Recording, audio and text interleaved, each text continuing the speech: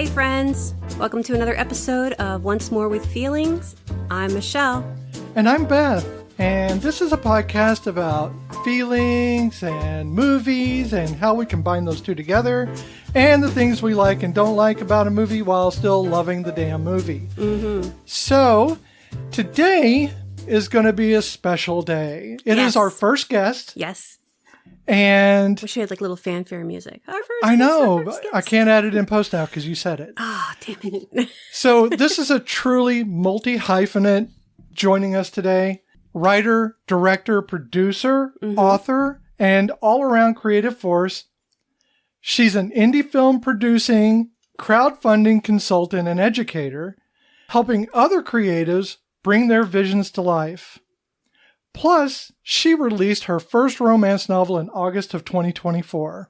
Cool. Which sounds absolutely fantastic. I actually love this concept. An anti-capitalist romance about two physical therapists called Rehabbing the Billionaire. Nice. Nice. So good. She's also the originator of the Castellini Test. Yay! The test that we use almost every podcast. Yes. It's such a great test because you don't have to take it verbatim. You can use a lot of it to inform your decision on whether or not this film or this song or just about anything has feminism included in it. Yes. So, Bri Castellini, welcome to the show. We're thrilled to have you.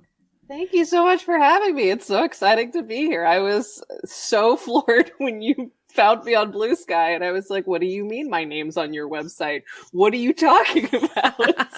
Aren't you glad it was this? In college? Oh boy. No, this is fantastic. And honestly, I didn't realize, I don't read a lot of the stuff that Beth gets because I try to have my reactions genuine in the podcast. I didn't realize how far your background goes and how vast it is. That's pretty amazing. Thank you. You make me sound old. No, I didn't mean it that way because I'm pretty old. No, not old, just accomplished. Just crawling. No, I mean, you've done a lot and that's pretty cool. I mean, and it's pretty vast. And I didn't mean time wise. I mean, it's been a decade. I think last year was my 10-year college reunion. Wow. Devastating. Yeah. Oh, no. I get that. No, I get that a lot. But speaking of college, because I do think we should talk about the Castellini Test briefly, because it is so funny to me that you guys are using it for your podcast. Because just to give the listeners a little bit of background, I was a speech and debate kid. Which is why it will surprise no one to hear that I'm on a lot of podcasts. And so my senior year of college, I did an event called ADS, After Dinner Speaking, which was like a 10-minute comedic oratory event where you picked a topic and it had to be funny. So it was sort of like a 10-minute research heavy comedy speech. And I really don't remember why I chose this, but at some point I got a bee in my bonnet about the Bechdel test. And as I was getting more into writing for TV and film versus prose, which is what I was doing previously, I decided I wanted to do kind of a tongue-in-cheek, woman against woman test speech. That was the original conceit. And then I, did a lot more research, but eventually the speech ended up being this sort of diatribe against how the Bechdel test is used, not necessarily the test itself, which, as you guys have acknowledged, it's not a real test. It's a joke in a comic book. Everyone relax.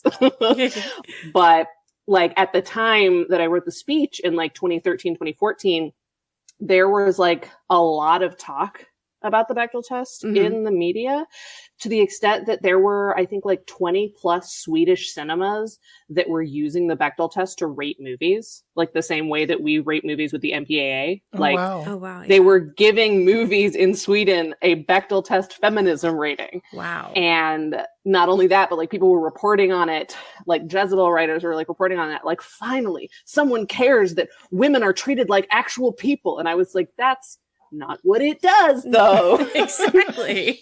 What are you talking about? So I got, comedically upset. And the funniest way that me and my speech coaches could come up with to end the speech was a bombastic, let's do my own. We'll make the Castellini test, as sort of like an update to what people were saying the Bechdel test did, while also acknowledging like no test can measure feminism. That's not how that works. It's still not an intersectional test because it can't be. There's like no way for it to be. But then I like released it on the internet. I like made a YouTube video. I don't know how you guys originally found it. Like, did you find it on Medium? I think I put it on Medium as well. Yeah, actually, I am very prone to rabbit holes. Not just because I love rabbits, but because the specific autism I have, I'm hyper-focused on things. And I was hyper-focused on the Bechdel-Wallace test because we knew we wanted to include something in the podcast. So when we started looking through this, I kept going down the hole through the Mekamori test, the Pierce test, the Sexy Lamp test. Yep. I saw all Classics. of these. And unfortunately, even though they're classics, despite even having the tongue-in-cheek, they were still taking themselves very seriously. Sure. When I came across the Castellini test, I knew for a fact you didn't mean this because you said this is not meant to be anything other than tongue-in-cheek. Mm-hmm. And I was like, I like the spirit in which this is given because it's not trying to dictate what the result is. It's trying to give you a thought pattern to follow. And if you can use these 3 rules, you can extrapolate your own idea of whether or not, and that's what we do on here. We will say, I don't agree with this. Despite the fact that it failed all 3, I still think this has feminism in it. I still think it's a great example of feminism because if you look at Tu Wong Fu, it's very hard to find there's not women in the film that are named, have conversations with each other. And yet there are 3 characters in the movie who are professed to be not women, though I have to admit, I think that's wrong. Yeah. Who exemplify feminism. They do. So I think that this test, to me, meant it gave us a simple process by which we can initiate our own ideas of feminism in film. It opens up the discussion of feminism. For sure. And that was always kind of what I intended with it because like at the end of the day, what I was always frustrated about with the way that people use the Bechdel-Wallace test was that it was all about like sequestering women in a way that I think a lot of like second wave feminism kind of was known for. So it's like the women have to talk to each other. They have to be in their own little unit. Otherwise it's not feminism. And I'm like, well, that's not progress. No, that's not equality. That's not equity. I'm a lifelong tomboy. Are you saying that I am a traitor to the cause of feminism because I have male friends? Like that seems backwards. That seems like not the direction we want to go. So perhaps we can expand the way we think about the way in which women are portrayed in the world. So in any case, I think it's so funny. I think it does expand on feminism to include masculinity. Absolutely. It doesn't preclude it. It's anyone else. Right. It doesn't preclude masculinity. It includes it. Mm-hmm. And so I did find it on Medium. And it must have been. It was called Stop Using the Bechdel Test to Measure Feminism by Bri Castellini. That's me. And I will link it in the show notes where it was before so that they can see that previous one if it's still up, because I think that's a fantastic little snapshot of the past. Although I didn't know it was the past at the time. I went, this is fantastic. We're using this. I made a snap judge it with... Even though I hyper-focus, I am very myopic in that focus sometimes. So I found it and I latched onto it. We're using it. And I had to use it. It's timeless. I am not mad about it at all. It was such a shock 10 years after making this stupid thing up as a joke in college to see y'all making a podcast. I was like, well, I have to know everything and I have to be on this podcast. I love being on podcasts. I'm so flattered. I'm so excited. So thank you for including me. This has been such a joy to revisit that time of my life, texting all my old speech friends, being like, hey, do you remember this thing I did? People are still talking. It's like having a painting sold that you did in junior high. Yeah. And you're like, oh my God, a painting sold. I didn't even know that. I didn't know it was in the public. But so I'm glad it was this thing, honestly, especially since I still work in the film and media industry. And so it feels brand consistent in a useful way. It really is. And I think, because we're a feelings podcast, we are not a statistical analysis podcast. We are looking for the things that move you, the things that evoke thought. And we are not trained in any of that type of thing. She is a teacher. I am a curmudgeon.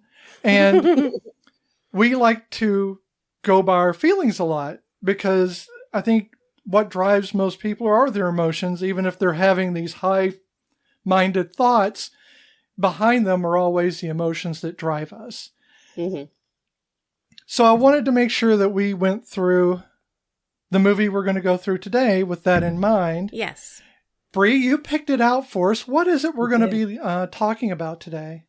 So we're going to be talking about the, I think, 2011 film, What's Your Number? A rom-com between Anna Faris and Chris Evans.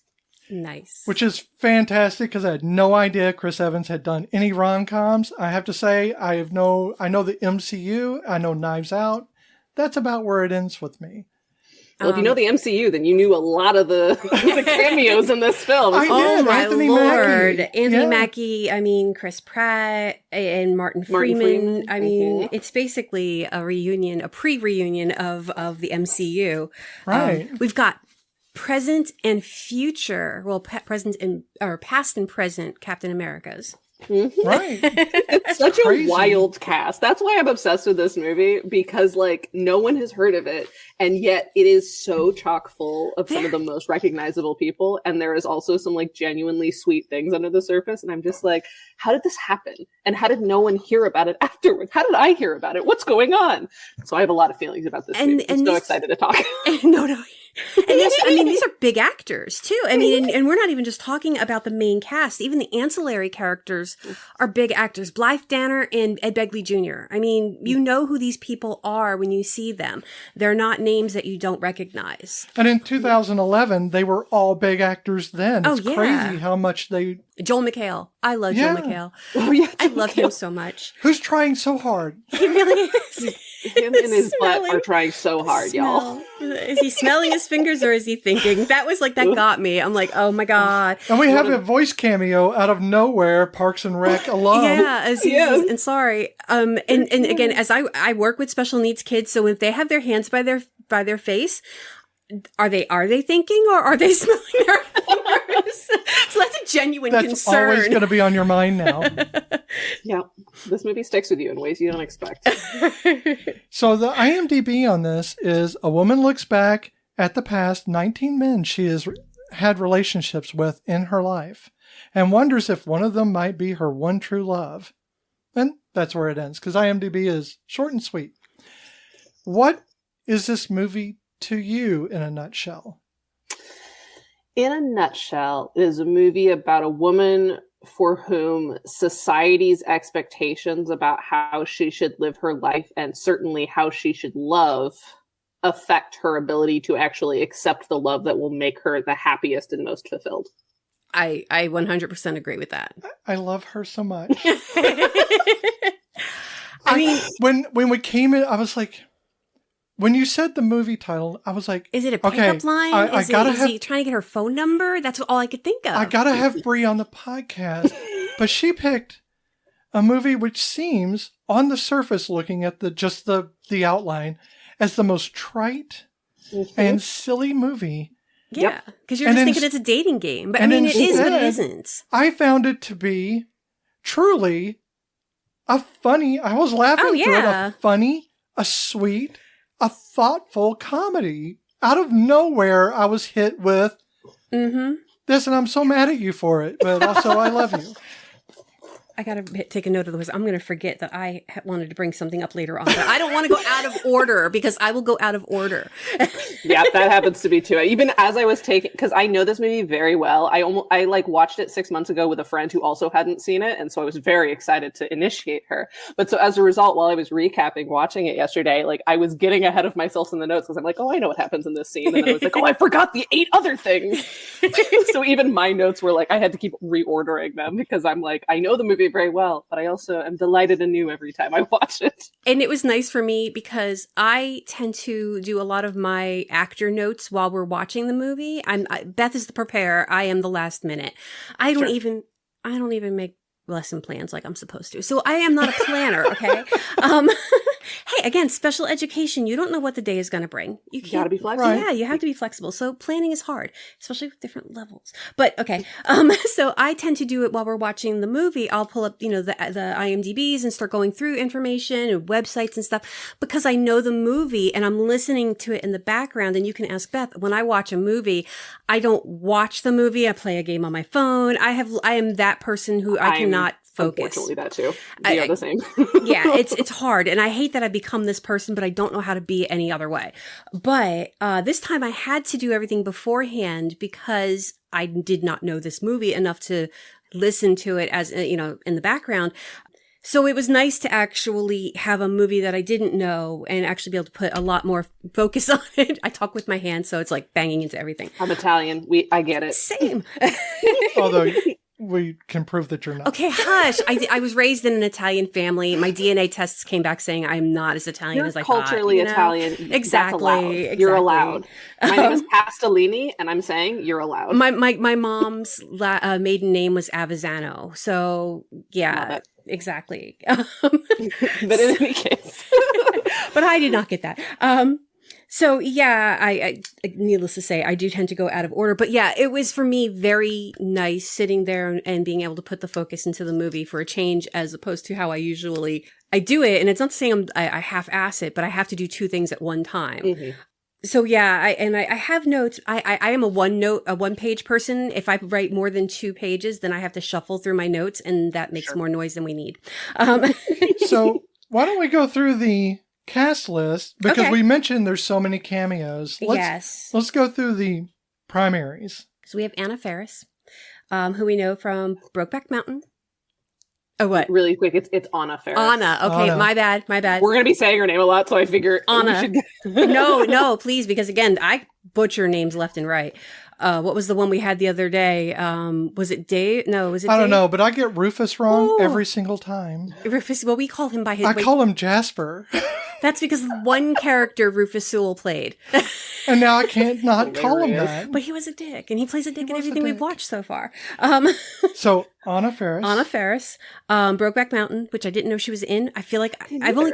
She was the wife of... I've never seen it. I think she was I've a seen wife it one of time one of the because characters. I cannot remember. I can't bring myself to watch it again because I bawl my eyes out. It was horrifying. It was such a sad movie. But needless to say, it said she was in it. I wrote it down. Scary movie franchise. We know that. And one of my favorites, I love the first Scary Movie, was awesome. She's got comedic chops. Oh, she does. She really does. I have a lot of notes about her comedic chops. Awesome. Phenomenal. And Cloudy with a Chance of Meatballs. Because I always like to pick my 3, either ones I know or ones I'm happy with. And I love Cloudy with a Chance of Meatballs. I got Scary Movie. Mm-hmm. The House Bunny. Good movie, I think. Just Friends. Okay, yeah. So those are my 3. Of course, she did a TV series. I haven't seen it called Mom. I have thoughts on that series. I've seen bits and pieces of it, and it's another one similarly to this movie, honestly, where there's a lot of like cis heteronormativity that like can get grating. Like sometimes it's well-meaning and sometimes it's very clearly not, and someone should have done like a little bit of research. But like Allison Janney and Anna Faris is such a power couple that it's like hard to be mad at a show like that. Yeah. So anyways. We have Chris Evans, and that entrance scene of him just standing in the doorway with a towel now we know why he was Captain America, because he has America's ass. We and see it. abs. And abs. Mhm. And I think he was filming that around the same time, because a lot of the interviews that I found of Chris and Anna for this movie, they would like reference the first Captain America movie. So I think they were filming around the same time. That makes a lot of sense. I didn't look at the dates for that. I did, because we were talking about it. We're like, he is so cut. Why is he so cut? I think this was like the last like little thing he did before he became a megastar. Yeah, probably. Well, and he had, Fantastic Four, so he had to get into some shape for that. Sure. But that was a little earlier, I feel like. Yeah, that was 2005. So Johnny I have not another teen movie on here, because that was his other comedy that I know of. I know he probably did other things, but that's the one I've seen. Well, not really. Scott Pilgrim versus the World, because Scott Pilgrim. I forgot. I mean, it's written in front of me here. I don't know why. The demographic for Scott Pilgrim. Oh, well, yeah. I mean, Scott Pilgrim is like, oh my God, I could watch that movie. It's a movie that gets replayed in our house over and over, and we've got it memorized. The soundtrack, it. oh my God. Oh, it's such a good movie. And great at his best. It was great. Right. I mean, I've read the comic. It's obsessive. Okay. But yeah, people always forget he was in that too. It's like Chris Evans is hilarious. Oh my God! Let him be funny, guys. And that's a funny character he plays in Scott Pilgrim. Freaking funny.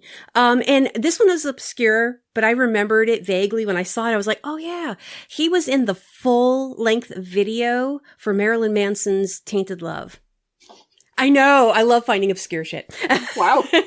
Good for him. Yeah, it was, I think he's like because it's a teen party type of a situation. And I honestly, did he do that for Not Another Teen Movie?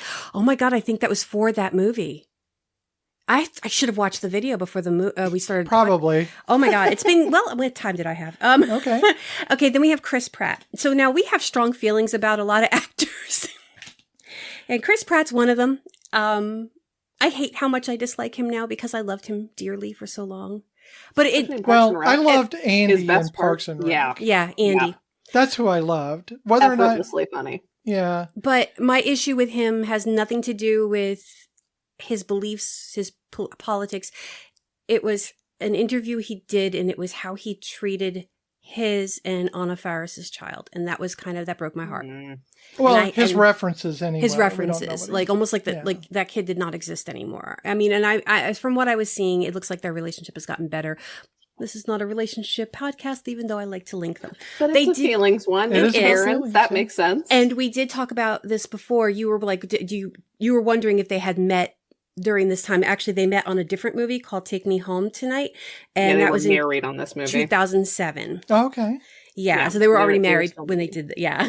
I don't think they have a kid yet, or if they do, he's really young, but I don't think they had their kid. I don't think so. I think he was born in 2012, if I remember correctly. Yeah, so this must have been right before that. But it is important for sort of the meta jokes of the movie that they were, in fact, Chris Pratt and Anna Faris were married during the filming of this movie. Makes sense with the drop-ins. Oh, yeah. And then honestly, like, I'm not trying to jump ahead, but at that one, when she comes into the church and he goes, "Come on," that was such an Andy. Yeah. Okay, so for him, I have my two favorite Chris Pratt movies: Onward and the Lego Movie. Lego Movie is very good. I didn't give him MCU credit, even though yes, MCU, but still. Can I just say I loved a lot of the MCU stuff back when I was able to keep up. I hate Guardians of the Galaxy. Like, hot take, I think it's one of the least funny movies I've ever seen. See, I have a love-hate for it. The first one, I loved. The second one was kind of eh. I mean, not even rating it. Just on, like, a level of knowing who these people are. There are a lot of good people involved in the film. And They're so funny. And I Why loved is it not funny? I loved it then. But now, then when you look back on it, you're going, why did I like it? Exactly. I think that's the problem. And you shouldn't feel that way when you're looking back at a movie you love. So did you love the movie, or did you just love the idea of characters you might have known from comics coming to life? I think that might be it. And and of course, it is a wild departure from Guardians of the Galaxy in the comics, but I loved some of those characters kind of becoming, and Dave Bautista doing such a great job. God. He was so good, and I loved he was so proud of himself to play that role. I loved that he was getting attention. Yeah. Finally, he was being seen for being good at something other than just being in wrestling. And those of us who are Doctor Who fans, seeing blanked out Amy on her. Pond? Yes, Amy Pond. That's what I kept wanting to say. My mind totally blanked on her name at the last Karen minute. Gillan. Oh my God, Karen Gillan. And knowing, oh, look at, we're Doctor Who fans and because as much as I like to believe that everybody knows Doctor Who, I also find people who are like, what? Who? Exactly. I had a Doctor Who radio show in college. Oh, wow. I am your demographic for Doctor Who. I mean, I've been watching it since I was a kid, but I've been a slacker in the last couple. Yeah, me too. Yeah. It's one of those things where it's just like there was so much, and it was like changing doctors at a time where I was really chaotic in my life, so I just I fell off. I kind of lost it at Capaldi. I mean, and I love Peter Capaldi, but I really started losing my taste for it. It was just, again, we always joke about this, about how it's too epic. Doctor Who should be cheesy. It should be, it should be what it was in the 80s, and it should be what it was Chris Eccleston, early David Tennant seasons. Well, those are the best. I want to say this. With Doctor Who, it should be running back and forth through doorways. Scooby-Doo-like. With a Scooby-Doo-like theme, and then the next minute it makes you cry. Yes. Mm-hmm. That's what it should be, but it started taking itself so seriously. And forgetting... Cough, Stephen Moffat. Oh, yes. I mean, and I used to put a lot on Russell T Davies because Torchwood, but because everybody you love will die. Torchwood was brutal. Oh my gosh. Okay, God. we have to get back to the cast of this movie. We haven't even talked about the movie yet. Oh my God. So Bri has to rein us in. I know, this is so bad. This is usually my role in This is when you get three nerds together in a conversation. This is bad. And I can go on for days. Andy Samberg, Hotel California, Brooklyn Nine-Nine. Because, Jake Peralta he's an ass, but I love him and he grows. I love that show. And that's the best thing about Brooklyn Nine-Nine is the growth. I know a lot of people who are like, oh, it's a show about cops, and they're, very much against it, but it is. But they change and they grow. Every character has such growth on that show, except for the Vulture. And also, he was also in Cloudy with a Chance of Meatballs 1 and 2, where I don't think Anna was in the second one, but she was, they were in the first one together. I have Anthony Mackie. In the MCU, obviously. He was in Abraham Lincoln Vampire Hunter. Did not know that. And 8 Mile, which I threw that in there because I could. Joel McHale. I have for him Community, Drunk History, because apparently he did a couple episodes of Drunk History, which I love. He did an obscure movie with my other love, Misha Collins. He did Kittens in a Cage. It's a women's prison movie. It's a little stupid movie. Right. It's not great, trust me. That's fascinating. I know. Well, I saw it come up. I'm like, I didn't remember him being in it. Oh my God, he was in it. What really threw me off is one of the actors that's in this is Martin Freeman. Yes. Just out of nowhere, Martin Freeman's there, and I'm like, what just happened? John, you're lost. Because that is the only acceptable character, because he is another person who we used to love and now not so much. But he's given some sus interviews too. Oh. Really, really has. And, it's one of those things where you want to love him, but he's making it very hard. Mm-hmm. Mm-hmm. And Serena, it's not hard for you to keep your fandom. You are doing the most. Do less. Yeah, do less. Right. Because trust me, we love you. Don't talk. Zachary Quinto, yes. Love of my life, Zachary Quinto. The day that he came out, I got 7 text messages from different people that were like, "Are you okay?" Oh. I'm obviously okay, but also sad. I loved him in Heroes. He was so good. He was the best character in Heroes. One of the most popular posts on my Not Medium blog is about how obsessed I was with Sylar for a long time. Oh, I love Zachary Quinto. And Star Trek 2009 is one of my favorite movies of all time. Funny, I didn't have the Star Trek, but I had American Horror Story. Mm-hmm. Because he was in, the first season with the Murder House, that was really my first time really going, oh, that's who that guy is. To me, that was him as Spock. He did such a great job. Such a great homage to to Leonard Nimoy. Yeah, right. it was he great. Just did such a great job. I thought he really cared about the role, and you could feel that. Mm-hmm. I mean, the entire press, actually, this was around the same time, because it was 2009, this was 2011, but my friend from college who got into this movie that we're about to talk about together with me, we were also obsessed with Star Trek, and we were specifically obsessed with the Chris Pine, Zachary Quinto, like, press tour. I don't know if y'all watched any of those interviews. 2009 and 10, Chris Pine, Zachary Quinto are the funniest pair of people on a press tour ever. And now I'm gonna have to go back and find some of those, because I actually did see a few of those because of the they were doing Star Trek, and I was really infatuated at the time. They're hilarious. They don't care that they're in an interview at all. That's no, cool. They don't. And but they so clearly they care about each other. They're just having fun. And that's what you want to see in your media. Like, you don't want to see exhausted people being like, yeah, I made a movie. And it's speaking of like having, these press interviews and stuff. The ones that I'm seeing with, for Wicked with Ariana and Cynthia, I'm in love with it. And they get so excited. Like, one of their interviewers did Avenue Q on Broadway, and they fangirled over her. Oh, that's sweet. And people are like, they're being so weird. They're holding hands. They're a support system. They are two women who are very good friends right now. Let women be weird. Yes. Can we not be weird? Can we be... See, that's the thing, is like when you're a little girl, it's okay to be silly little girls and hold hands, and because that's what little girls do. And then when you become a woman, it's like, oh, well, they must be, lovers. No, they're just being friends. It's what we do. And if they are lovers, it's none of your business. And it's none of your fucking business. Check yourself, motherfucker. We curse on the podcast. I curse a lot. You can. It's fine. You're good. Yeah. My pearls. Oh. Can't curse in front of the cat. There are a lot of cameos. There are a lot of people in this film. But if we don't start getting into it, oh my god, we're gonna be another have 2-part episode. We're gonna have a part 2, and I don't know that I can sustain a part 2 with his abs. So fair and valid. So when we open up, do you want to lead it, Bri? Sure. Yeah. Like I said, I have the full thing, so I am happy to lead it. So we open on a montage of women's magazines, which, according to IMDb, and then I rewatched and I confirmed. So all of the women's magazine clips that we see reference things in the movie, like, how much should you change to be like your man? Is your sister more perfect than you? Like, little things that are kind of neat. almost Easter eggs for some of the sort of plot lines of the movie, which I thought was a lovely attention to detail thing. And that's the thing about this movie. It's an attention to detail that I really appreciate.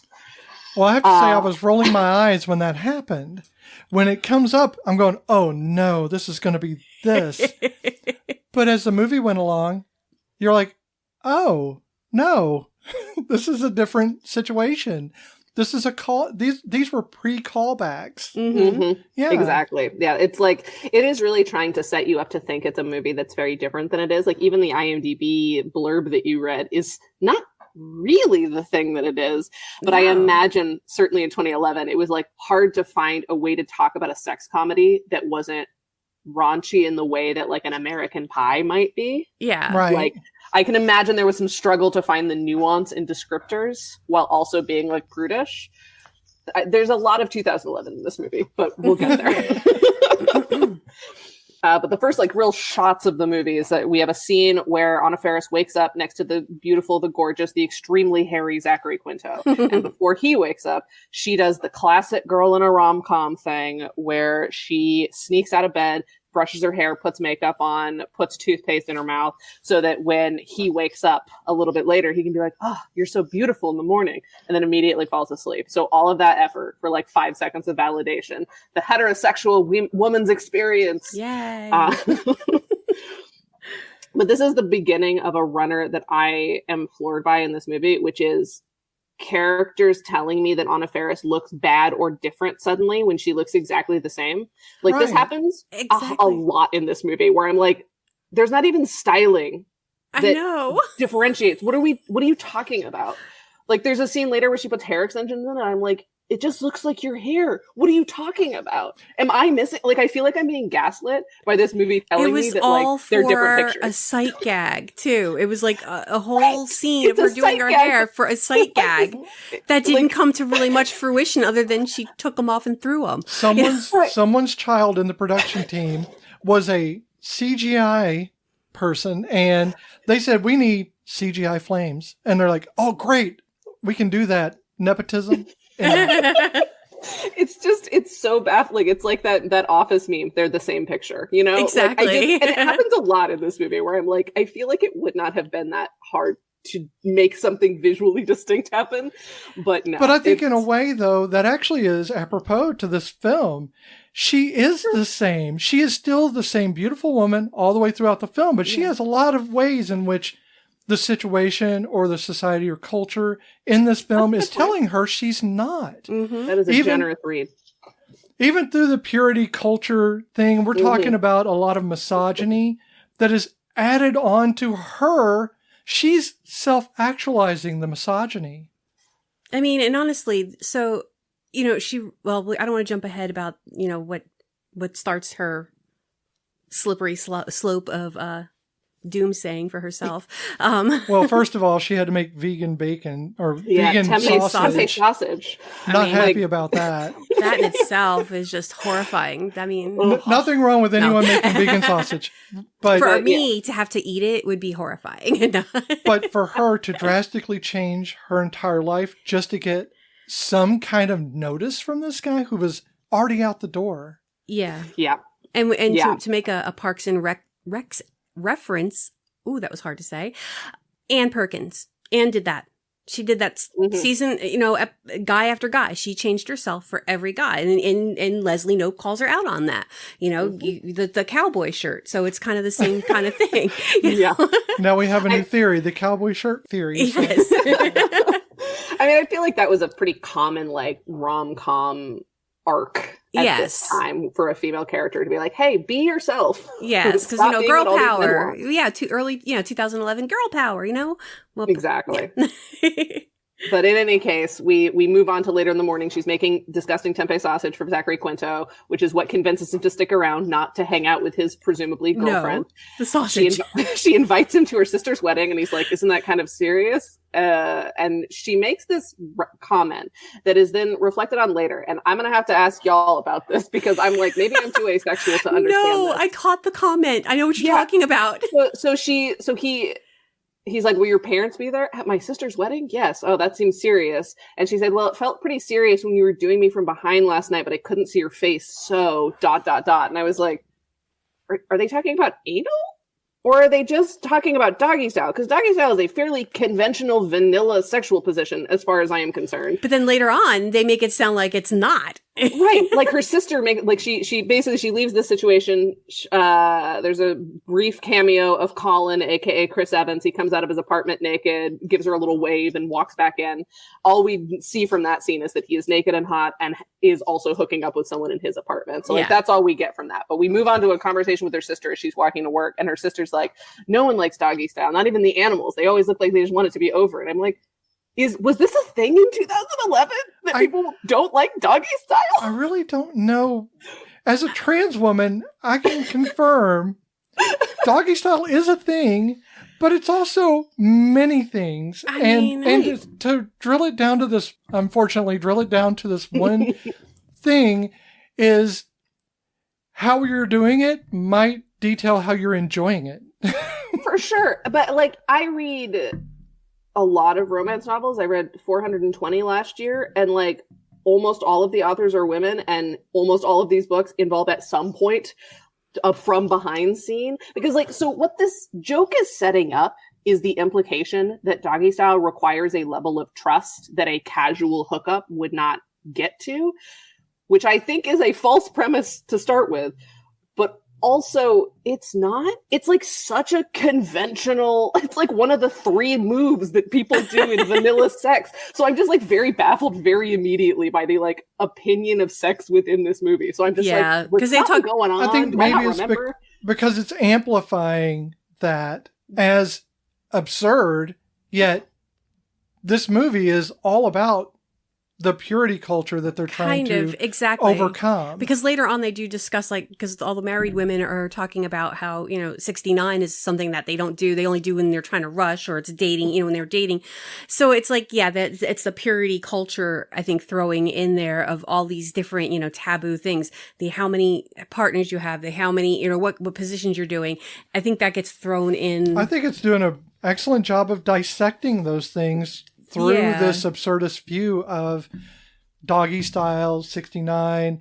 I kept finding deeper moments throughout this film, and this is one of them. It's a very shallow thing at first, but it progresses into this deeper moment, and you're like, oh, I see where they're going here. It's saying how ludicrous the idea that doggy style is somehow egregious or very difficult or something that most people don't do, when it in fact is a common one. Right. And I here's my note with it. Because like there's a lot that this movie is trying to do, and I think there's a lot that it succeeds in doing. But one thing I think it falls down on consistently is letting Anna Faris enjoy sex and letting that be a thing. Because like that's at the undercurrent of this movie, right? Is this woman who clearly enjoys sex, who is like seeking it out, is seeking out love, and that too. But purity culture is telling her that she's wrong and dirty. And if she had simply not winced when she's on the phone with her sister at saying, some people like that, because she winces as if she doesn't actually like that. She's just trying to say, oh, I didn't change myself that much for this guy. If she had genuinely liked the stuff that she was doing in bed with this person, I think that would have been more effective, because if she has to pretend that she doesn't like stuff because the world tells her she's not supposed to like it, but she secretly does. And then the end of the movie finds her finding acceptance for the things that she likes that are not shameful at all. Mm-hmm. I think that would have been a slightly more successful kind of nuanced take on this. This movie wasn't ready for that, but that's kind of my position on this, where it's like, I think you're right that that's what they're trying to set up, but they also seem terrified of letting sex just be like a normal, wonderful, joyful thing. Well, I think they definitely used it as a crutch. They used it for the crutch in the movie, and they never actually allowed her to step away from that crutch. And they kind of kept it going. But even throughout that, they did have deeper moments in here, but it was always about the relationships. Right. Like it was a very romantic, normative sort of thing where it's like, you can only have sex if it's the one, and then it's fine, and you can do whatever you want. Well, but it's like, well, you can also just have sex. Strictly cisgendered heterosexual, because she is missionary under the covers. She did eyes closed. Yeah, she did not go. I mean, in the thrust of the movie, she did not go anywhere else but stay throughout her 19-20 people, which I guess we'll get to. She was strictly all on the male side, all on the cis man side. So it seems like this was like oh wow, it is a lot like Scott Pilgrim. No, because Roxy. No, I'm saying it's a lot like Scott Pilgrim, except in the very heteronormative way. Except she's going through her evil exes. Okay, instead of him going through it. Okay, I get it. Sorry, I'm slow today. I also really, before we move on, I have to talk about Anna Faris's physicality, which is so good in this film, because she is like a conventionally beautiful woman, but she manages to move her body in a way that makes you think, oh no, she's a little freak. She has this very jerky, hunched sort of way of moving as Allie, which is her character's name, and very sharp movements, very it always looks like she's getting away with something. Like when she eats, anytime she eats, she's shoving things in her mouth like someone's about to take it away from her. Like she's like a feral dog. And I love it. It's so effective because it really does sell that despite the fact this is a beautiful woman, she is a little off. And so it tracks for me that she's having so much trouble finding her way in this very conventional, high socioeconomic status kind of family. Exactly. And and for me, I look at her relationship with her mom and I'm going, that's it right there. There it is. She's never going to be good enough, never going to do what mom wants her to do. And that, again, I know that's part of the theme to the movie as well. And I appreciated that a lot. Well, and she's also going to find out that it was never about trying to please her mother. No, it was never about that. But, you don't know that. Zachary is finishing his breakfast. If we don't ever get past Well, yeah, she breaks Yeah, we're up with him. past It that. does- Yeah, we're past that. We will never see Zachary Quinto again. He will come up a couple of times. Anytime they say the word Rick, that's him. Right. Yeah. I'm mostly not going to be calling people by their names. Yeah, I'm going me to call them by neither. I very their, rarely do. their actor names. But in any case, she's done with him. She has this phone call with her sister on the way to work where she's like, this sucks. We kind of just like establish some things about the fact that like, yes, she's sleeping around. Yes, she's dated a lot of people, but because she is seeking her like one true love, like she really does want a relationship. She does want something like what her little sister has in her upcoming nuptials. So we kind of establish her want. This is her, what I want moment. She wants love. She can't figure out how many guys she has to go through to get to her one love, but she's getting frustrated. Yes. So she gets to work. I thought this was noticeable in the noteworthy in the styling. Everyone at this office, it's like a generic office. Everyone else is wearing like navy and gray, and she's wearing this bright red jacket.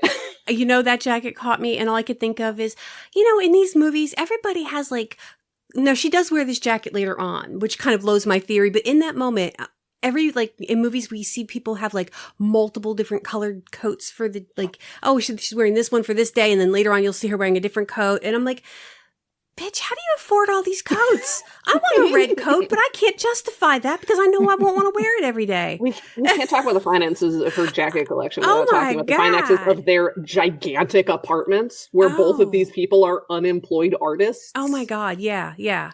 Family money. Yeah, it has to be, but we'll get to it. It doesn't matter. Right. But she gets to the office. Her boss is Joel McHale, and through his like office window, we have to make reference to this because it's one of the funniest jokes, and it's a great runner where he's like in a meeting with somebody, and he's like got his fingers up to his nose, and her office mates are playing a game. Is he sniffing or thinking? And she's like, oh, he's obviously thinking because she's the kind of person who like is an optimist. She's an eternal optimist. She wants to believe the best in people. She wants to believe the most romantic version of things, which is like kind of her both flaw and like defining lovely characteristic. And she's like, oh no, this woman must be thinking, she must be saying something really thought provoking. And her coworker responds, yeah, if what she's talking about is what his fingers smell like. Such a great, just like sideline from a guy who never speaks again in this movie. He got a great line. He did get a good line. The timing of this movie is so good. I've had this thing for the last couple of years where like most comedies aren't cut like comedies anymore. They're cut like dramas, which undercuts the like funny performances that are happening. This is a peak comedy editing movie. Mm-hmm. This movie is sharp. It is quick. It gets in and out, but it manages to pack all the things you need into it. It's just so refreshing to see a movie paced like a comedy that is a comedy. Mm-hmm. I cannot express that enough. Then she gets fired. It's pretty sad, but it is what it is. We got to move the plot along. Yeah. So she gets fired, and we intercut her getting firing with her like riding the subway home dejectedly with all of her things. And so to distract herself from the getting fired and a phone call from her mother that she doesn't want to answer, she finds like an old like Marie Claire and just starts like flipping through. Which is a nice 2011 callback to print media. So print media, children, is when we have words on paper, and paper is made from So trees those things plastic. that they sell in the food stores that nobody really buys anymore? They look like books, but they're not books. They're soft, floppy books. Exactly. Filled with mostly lies. They're usually by the cards. So we finally get the premise of the movie. This is where What's Your Number comes from. It is the title of this article that she's reading. Yes. And it's all about like the number of, like the average number of sexual partners for women in America, I think specifically. And I think that's all we get here is like the average number of partners a woman has in her lifetime is 10.5, according to this article. And she exclaims, but she exclaims not because it seems high, which a lady next to her on the train comments, oh no, that seems very high. And she's like, what? No, that's low. That's so low. But then she starts kind of overthinking it. And then she starts making a list. And you gotta love a rom-com protagonist with a list. Oh, yeah. Only good things come from women writing lists. So she starts writing them down. I am immediately obsessed with how generic the names are, which does, in fact, become an important like thing but I still do think it's very funny that like the first names are like Jake Adams, Mike Miller, first name, last name. Like it's so generic in ways that are important to the plot later. But it's just like seeing this name of like just white man name generators. Right, like, what are we doing here? So we head next to her mother's house. We finally meet where her mommy issues come from for her sister's engagement party. She is passive aggressive too. There's a lot of back and forth. It's immediately clear from this interaction, like, oh, this is where all of her hangups are coming from. Mm-hmm. Yep. This very like waspy 2.5 Where's kids. the dress I bought you? I'm wearing it. Yeah, it looked better on the mannequin. Like, I mean, this is a woman aggressive, yes, who looks at her daughter but doesn't see her. Yeah, and is sort of like the core sort of frustration, certainly for Allie Anna Faris. She's lambasted for not bringing Zachary Quinto to the party, and she kind of just like avoids that conversation. She doesn't want to admit that yet another relationship has fallen through, because she's embarrassed by it, and now she's like extra embarrassed because of this list she's making, which now includes her step cousin Beau. Very also a great little side runner. Good. It was very good. It's like, oh no, not really relationship. Not really in our family. It's not. He's technically a step cousin, and then she like hunches over and writes his name in the list. Just really effective, like short, because we don't need to know anything about Beau. Like the few scant details we have and the way that she reacts to them are funny. And then she makes like a comment later that's funny. It's like this movie has such a like brevity with its comedy that makes it effective. They don't have to explain it to me. Oh yeah, right? There's a real economy to the writing. The economy is the word I was looking for. Yes, there really is, because it's concise and it drives it forward without over explaining, especially when it comes to her apartment. How's she affording that even on her salary, much less being unemployed and not desperately looking for another job? No, she's not. But running around with her family and everything else. It has to be family money. Because what's her mom doing with money? She hasn't grandkids yet. They set that up. Exactly. They set that up for you. Her mother is dismissive. Her father is overdoting. But somewhere but also along the way, distant in his own way. And the house, the size of that house is massive, so there's money somewhere. Yeah. And it somehow has trickled down to her, but probably with a bunch of passive aggression that she kind of just accepts for lack of a better option. I mean, you see the car she's driving. Obviously, she's willing to put up with some things to get things done, but not a lot of things in order to make her life more comfortable. Yeah. There are some economy questions I have about this movie, and career-related ones that maybe we'll get to later. But like overall, it's very clear that this is not the priority of this movie. No, this movie is not at interested all. in answering these questions. questions. That's a subplot. This is not a working girl film. Yes, right, which is fair, which is completely fair. So we have a scene with her sister Daisy, her little sister, even though she does not look little. Like, no, I think she doesn't. She looks older.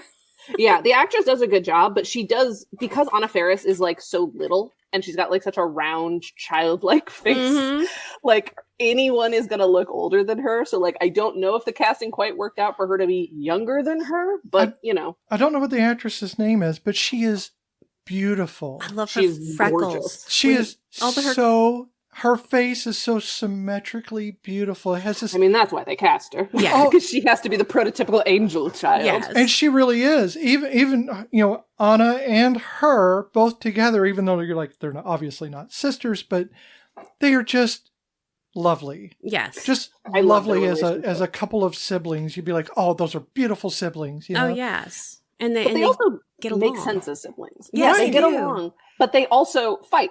Oh, yeah. Like they should. Sniping. And like Anna Faris is constantly saying insane things. And her sister's like, stop doing insane things right now. I'm busy. Yeah. But like in a way that feels very believable, because it's like, this is a lived in relationship. Oh, yeah. Like I'm used to your bullshit and I just can't deal with your bullshit right now. The runner throughout the movie of her sitting at a table and Anna coming in and seeing her and going, oh no, what? Yes. That is a familial thing if I've ever seen one. I'm going to stop coming to meals with you, you know? And then she's like, no, you're not. Yeah, exactly. Well. And like, that's what's lovely is that like, these are two people who are going to snipe at each other, but are also like fully ride or die in a way that I thought was really sweet, because like this could have easily been like a 27 Dresses situation where like the sort of like, you know, grabby me younger sibling gets married and is a huge problem about it the whole time, and the Yes. older sibling has to like rise above. This is not this dynamic. Like, she might be perfect, quote unquote, Daisy, but like, she is also at the end of the day her sister's best friend. So you know what? We're gonna just accept each other's eccentricities and move on. Yes. And it wasn't ignored either. No. So it didn't get ignored in place of driving the plot along. It was there, and they truly cared about each other, and they just didn't have those issues. Yeah. They had enough problems with their mother. They didn't really need to fight. I appreciated that she had like a handful of relationships that were not completely toxic. I think that was important to her. She needs that support system. Right. So while we're kind of doing this scene, we learn a couple of other important aspects to the plot. She has counted up her sex list, and she is at 19. She has slept with 19 guys. Oh my goodness. Slut. Well over the 10.5 average, I must add. So, I mean, you know, she's double the national average and feeling some kind of way about it. So she gets a little tipsy and does a tipsy engagement party speech that everyone films and puts on YouTube, which is adorable. It's funny. But we learn a really important thing here. We learn that the future brother-in-law actually dated her sister in the past. They dated in high school. Right. And then got back together much later. So this is going to be important for later in establishing her kind of like big plan to fix her life. We also just learn as an aside that the reason that they broke up the first time is because he slept with her best friend, who is still a part of their friend group. That's and funny everyone's too. cool with it. And also we learn that she is a lightweight and takes no time to get drunk at all. She's so little. She's pocket size. Right. So she had a few sips of that champagne and she when- was good to go. I like the fact that her speech wasn't about her being a horrible person and being drunk while she was doing it. Because even when they call back to it later, it's just funny to her and it doesn't devastate her. Well, she's like surprisingly comfortable with who she is for a person who spends like all of her time trying not to be who she is. She's like sort of she's very much a study in contradictions, where Which kind of trying. This kind of like, you know, you mentioned 27 Dresses, and a kind of like also if you look at Bridesmaids, Kristen Wiig's character, very self-deprecating, very not comfortable with who she is. And then in her speeches, very much calling back to herself of self-loathing, while also putting down the people around her, whether, you know, with intention or non-intentional. So yeah, it's nice to see this character not be that way. Well, I think the intention here wasn't about whether or not she was comfortable with herself. This was more about how she makes people around her happy. She wants her mother to be happy with her. She wants her sister to look at her and feel like she can be good, you know, like she's an optimist. She's a romantic. She loves people. She has the charisma of a cult leader. Everywhere she goes, people are obsessed with her. It's true. Not a single one. I mean, only one person out of all the guys that she talks to, again, didn't really want anything to do with her. Yeah, no, she's like this wonderful person. And if she can just like accept that rather than trying to be what everyone else wants, perhaps she will find her happiness, but we'll get there. Yeah. I also just have to call out that the best friend from high school who ran away with the brother-in-law previously is played by Eliza Coupe, who is one of just the most beautiful, funny people I've ever seen. She was on the final season of Scrubs. That is by far considered like a spinoff. She was in a bunch of different things. She was in, what's that? Happy Endings. Happy Endings. Yes, that's where I saw her. Underrated show. Very good show. Eliza Coupe is my That's where Coach queen. went. Oh, yeah, Coach. From New Girl. Eliza Coupe is married to him in that show. She's fantastic. I love her. So I was just happy to see her here, even though she's kind of the bit part as like the almost slut of the, she's like considered the slut of the group. And I'm using that word because that's what the word is. And it's obviously tongue in cheek, but like, yeah, Eliza Coupe is sort of like, she's the one that dates around, but then it's, you know, surprise, surprise, Anna Faris has dated around more. Oh my gosh, she's worse than the one that they all think of as the group's, you know, stray cat.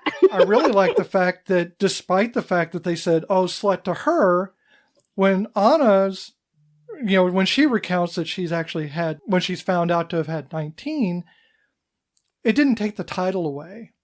No, She still owned it, and she Yeah, was fine and she with was it okay because with she it. doesn't have this obsession with trying to prove her purity. Yes. So she was fine with it, whereas Anna's still trying to come to terms with where she fits in within this cultural milieu here of the system. So, exactly. So we go to a bar or a club. It's unclear. It's a very strangely designed space where there is alcohol and lots of people. Tom Haverford would be there, and they'd order something that's a scent of an alcohol. Absolutely, that would be what a light.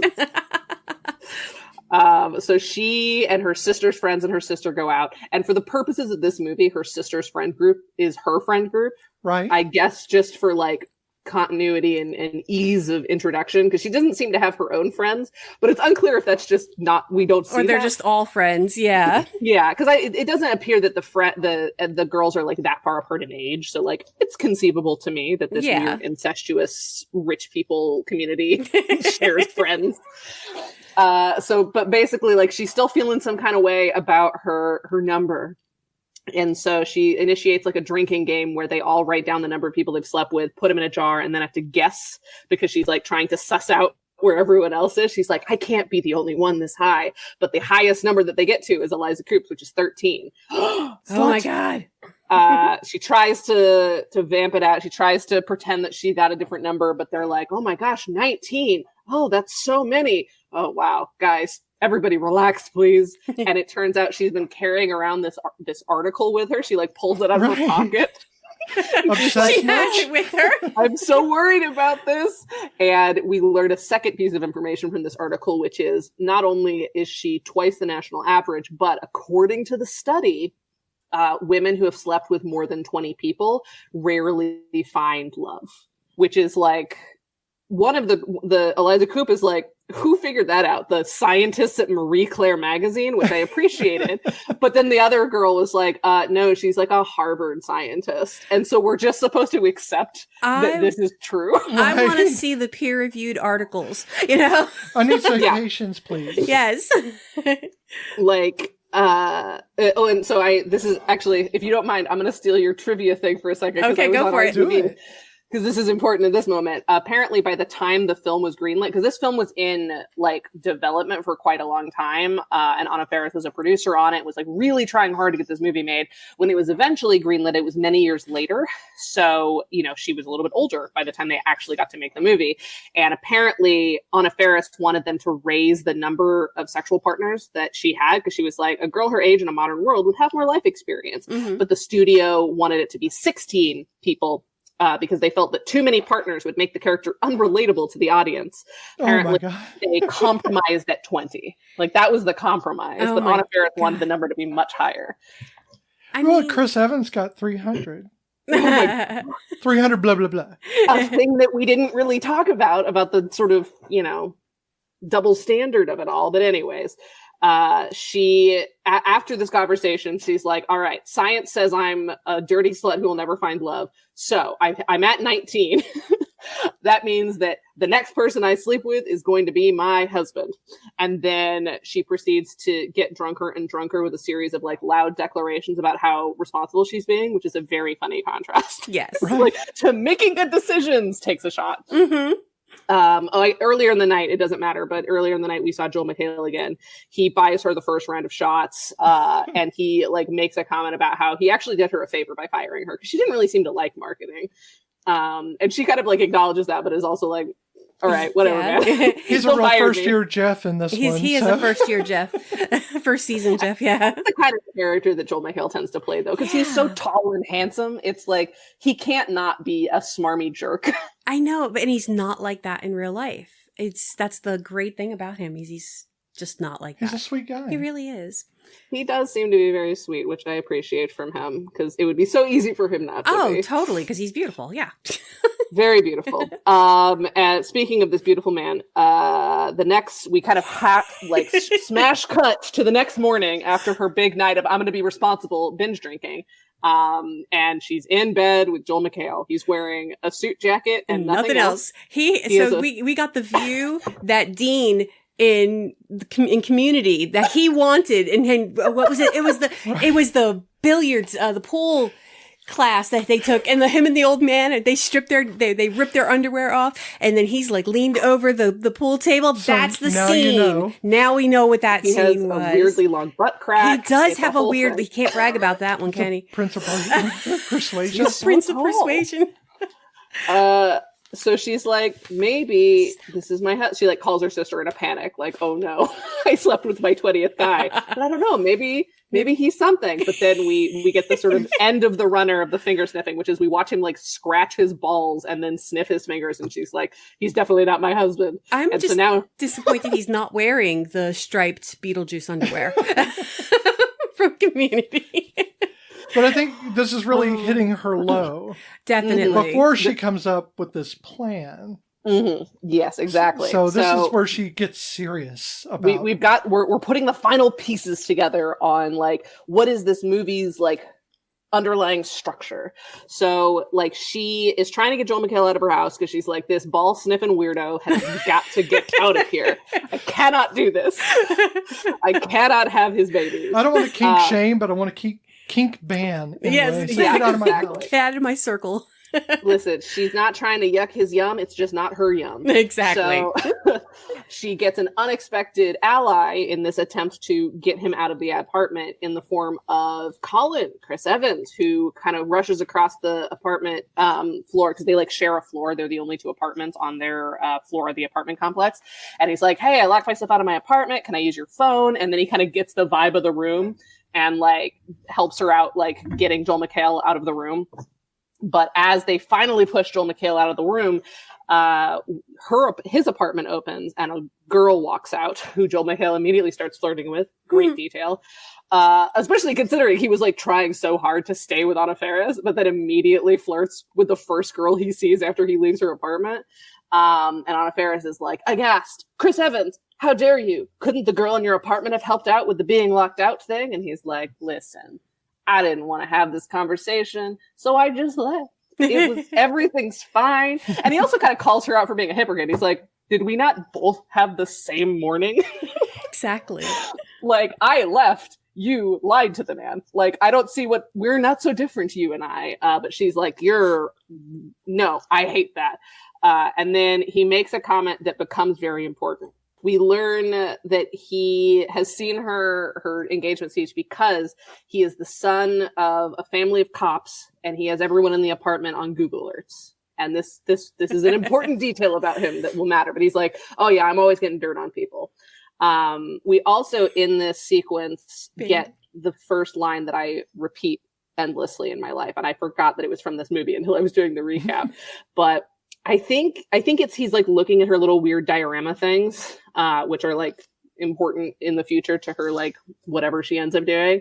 But he's like, where'd you get this? This is so cool. And she's like, oh, I made that. And he's like, no shit. Shit is her response. Yeah, and I no love that. Shit.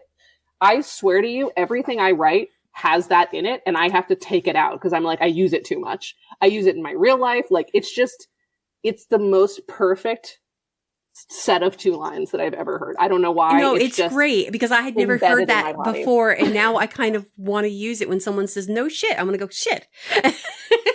It's a simple and she rebuttal. says it in such a deadpan way. Ugh. But what was also funny is when he says how, he has everybody on the Google alert, and he goes, well, that's how I found out that so-and-so was going to marry his dog. Not Bandit. Yeah, there's a runner that their like downstairs neighbor is fucking his dog. And like later on, you see the dog, but you see you don't see the guy's face. You just see the dog and his body from the shoulders down. And it's just the funniest thing that they didn't even want to put a face to the guy. But this is another example of just like, there's just so many jokes in this movie, but they're like, some of them are just little and we just get them out. But it creates this really robust world because like they have something to say about everyone, but we don't have to like linger on it. Like, I feel like a lot of comedies these days are like, we linger on things and it's like, it's a joke, move on. But I do like when a joke comes back. And that and that's one of those jokes that does come back. Like reinforces. Yeah. They'll bring them back around, and I really enjoy a circular joke. I think that's to me is the funniest part. But what I like about their dynamic is that Anna and Chris is still trying to be charming. He's still trying to be casual and charming, and she is completely calling him on his bullshit. Of all the men that she is dealing with, she's only really wise to him. But true. also that's because her guard is fully down. She's not trying to impress him. So she is free to be exactly who she is. And he calls her on that. Because for the first time, somebody is calling her on things that she actually is versus things that she's trying to be for someone else. So like, this is a true like meeting at neutral for both of them, I think, in like a really lovely way. And they're so fun together. Like the sparks are immediate. Like even when they're yelling at each other, like they're both like clearly kind of vibing with like just getting to like express a real emotion. They actually, they get to be mad. They get to be frustrated. Like they don't have to be the best part of themselves. Even as Chris Evans is trying to be charming, he's like doing it in a way that is like clearly needling her. Because he's like, I don't really think I have a shot here because you clearly hate me. So I'm going to just have some fun with that. And like, I think that's sweet. And his character is a character that, see, he's a step ahead of her. He's comfortable with who he is. He is not following in the family footsteps of law enforcement. He has the privilege to do that. Yeah, he does have that privilege. But conventionally attractive cis man. Well, yeah, I mean, there's that. With if he sleeps with people. Exactly. Purity culture only applies to those who have less power. And that is something that I wish we got into more, is like the double standard of like, why is everyone like broadly, like we make jokes about Chris Evans within the context of the movie, but broadly speaking, no one's like, Chris Evans is a lower quality man. I guess they kind of do, but they never mom really does, but that's about it. No, really. but that's about position within the thing. It's not how many people he slept with. No one asked him how many people he slept with. No, it's like, it's his job, it's his lifestyle, it's how he dresses. That's where his lower, less than is dictated, and where she's dressing the part and she's looking the part, but oh my God, she has slept with 20 people. So, you know, there's that's what matters. Well, why does that matter over how he dresses? In either way, it shouldn't matter. You know, he's successful and he's happy and he's comfortable in his life and who he is. She should be allowed that same, you know, grace. Freedom. Yeah. Yeah. Yeah. And so like he's very much set up as like kind of the guy her, but in like parentheses derogatory. Yeah. Like, we're set up to believe like this is her as a guy and we hate that. Or do we? Yeah. So we head to our other framework for this movie, which is her sister's wedding. Because we kind of like have two frameworks for this movie. We have her scheme that she's about to enact with Chris Evans and her sister's wedding. Like these are the two sort of structural supports for the movie. That the which rest is of the character informed stuff. by the wedding. So her stress from this is informed by that wedding. It's certainly that especially need to conform to. Yeah. And she like had a date and now she doesn't, but she doesn't probably want to show up alone. So there's, you know, a lot of that kind of stuff. But in any case, at cake tasting, where she is once again going full goblin mode, God bless her. I love that so much. She was eating like someone eats when they're actually hungry and don't care. Yeah. And like starving in the desert, has not seen cake in years. And then the camera pans and you see all the different plates of cake and you're thinking, holy shit, she's just gonna inhale all that, isn't she? Yeah, and you know she can put it away. She's got that energy about her. Oh yeah. Love that for her. Really quickly, so there's like a joke about how she doesn't want to get seated at the singles table, and her sister makes like an offhand comment like seating charts are really hard. And I remember when I was first watching this movie when I was like, you know, my early 20s. And I was like, oh, that must be just like a funny joke about how weddings are complicated or whatever. But then like I had to plan my own wedding. Seating charts are actually very hard. And we had a very small, not that contentious wedding group of people. But like, it is harder than you think. And I have a whole new appreciation for poor Daisy in this movie. I kind of took that as her excuse as to why she is going to end up at the singles table, because, you know, I hope I'm not going to get put at that table. And it's like, well, you know, seating arrangements are hard. Because I'm not going to tell you I already put you there. So. Oh, for sure that's what she's trying to do. But like, I always wrote it off as like, why are these people making weddings so complicated? And it's like, I had one of the most chill weddings that I've been to, and it was still so complicated. Well, I was really hoping that during the wedding, they would have that opportunity to kind of do the wedding singer thing where you have that single table that's supposedly a bunch of losers, but they're really not. And you get to see that. But they went a different direction, which is fine. I like that you're going to be at the singles table. That's not the worst place to be. Yeah, no, that's true. Unless Bo's there. That could be awkward. Yeah, Bo's there. Could be we cannot forget step-cousin Bo.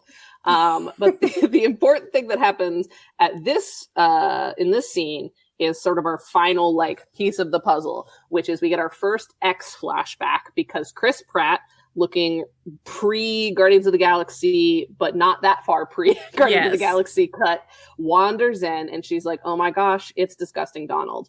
And her sister's like, what do you mean? That man is perfectly handsome. Remember, at the time they are married, so it's all fun and games. And then we have a very fat-phobic flashback, extremely 2011, where both Anna Faris and Chris Pratt are wearing like padding and fat suits. Yes. And basically the premise is that like she learned to cook because she was so embarrassed to be seen with this guy. But now he looks hot. And so like this kind of plants the idea in her head that like my sister's getting married to a previously shitty ex.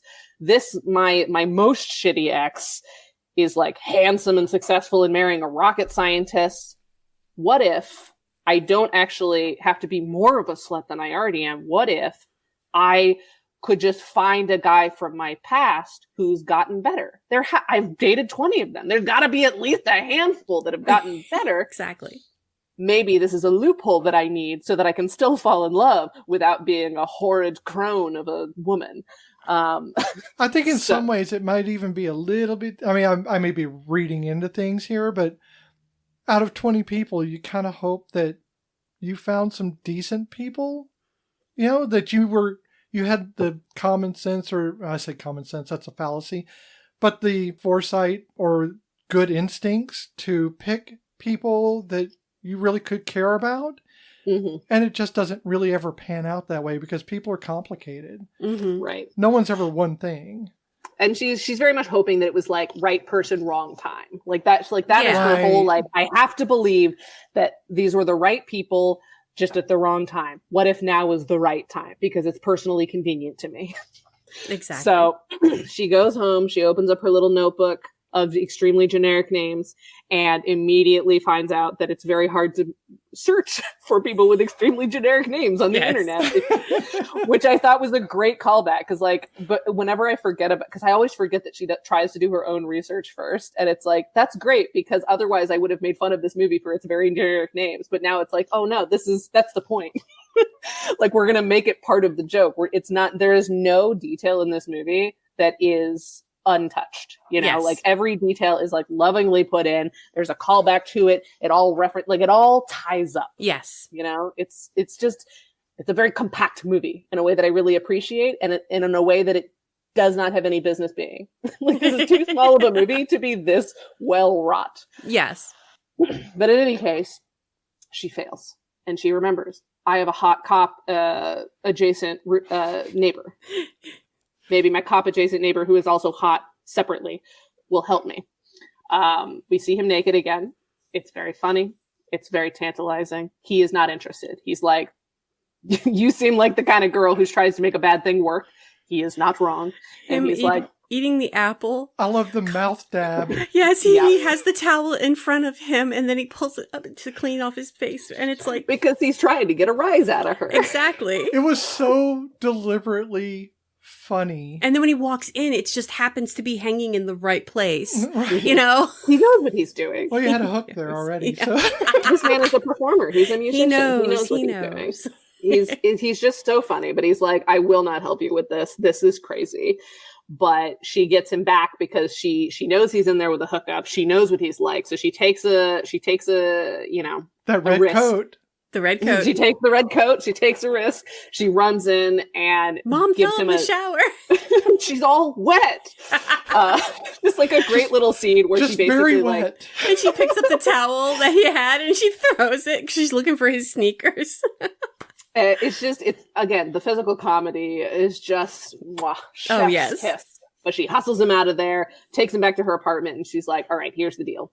You help me find my exes. I'll help you avoid yours. And he's like, this is the beginning of a beautiful friendship. And so that now all of our pieces are in play. We've got the scheme. He's going to help her find her exes so that she can find one who's good without having to go over her number.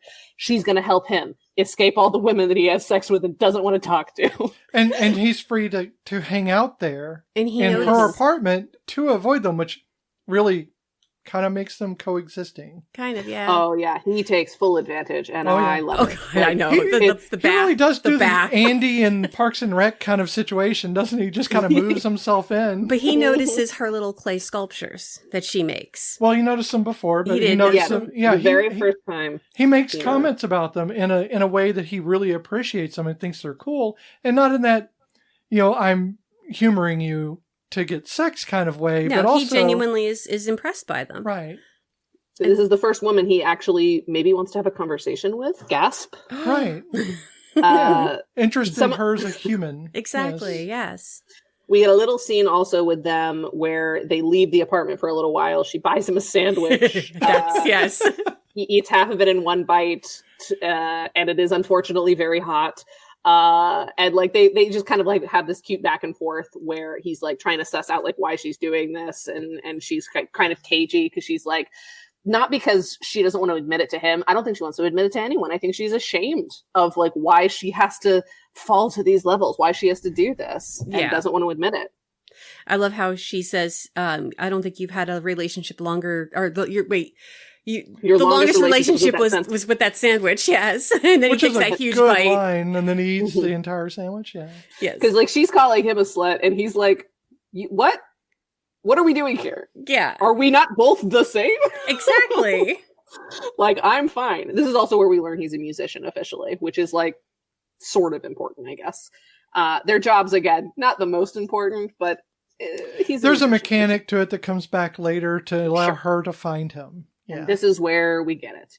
Now back to wedding planning. She's doing wedding dress try-ons with the girls. The continuous conflict between whether both of their parents will attend the wedding at the same time continues. This is where the running gag of like her showing up to a meal with her sister to find there's another place setting set because she's been ambushed comes up. But like this plot doesn't really like go many places except to like introduce the dad at the end. But like there's basically this running conflict where like the mom doesn't want the dad at the wedding, but the sister wants them both there. And then the mom's not coming to the wedding because the dad is, and then everything is fine later. Yeah. But like this is not an important plot. So I just sort of mentioned like it comes up here again. They talk about this is where they talk about 69 right, go back and forth about how 69ing is for teenagers who are trying to pack everything in at once, which like is a funny I mean, it's not untrue in some ways right. that as a kid you're kind of grasping for any moment you can, and so you just try to pack everything you saw in that one Kama Sutra that passed around the school. So yeah. It's Listen, I am asexual. I didn't know any of that was going on. I was like, that all sounds gross. What if we read a book?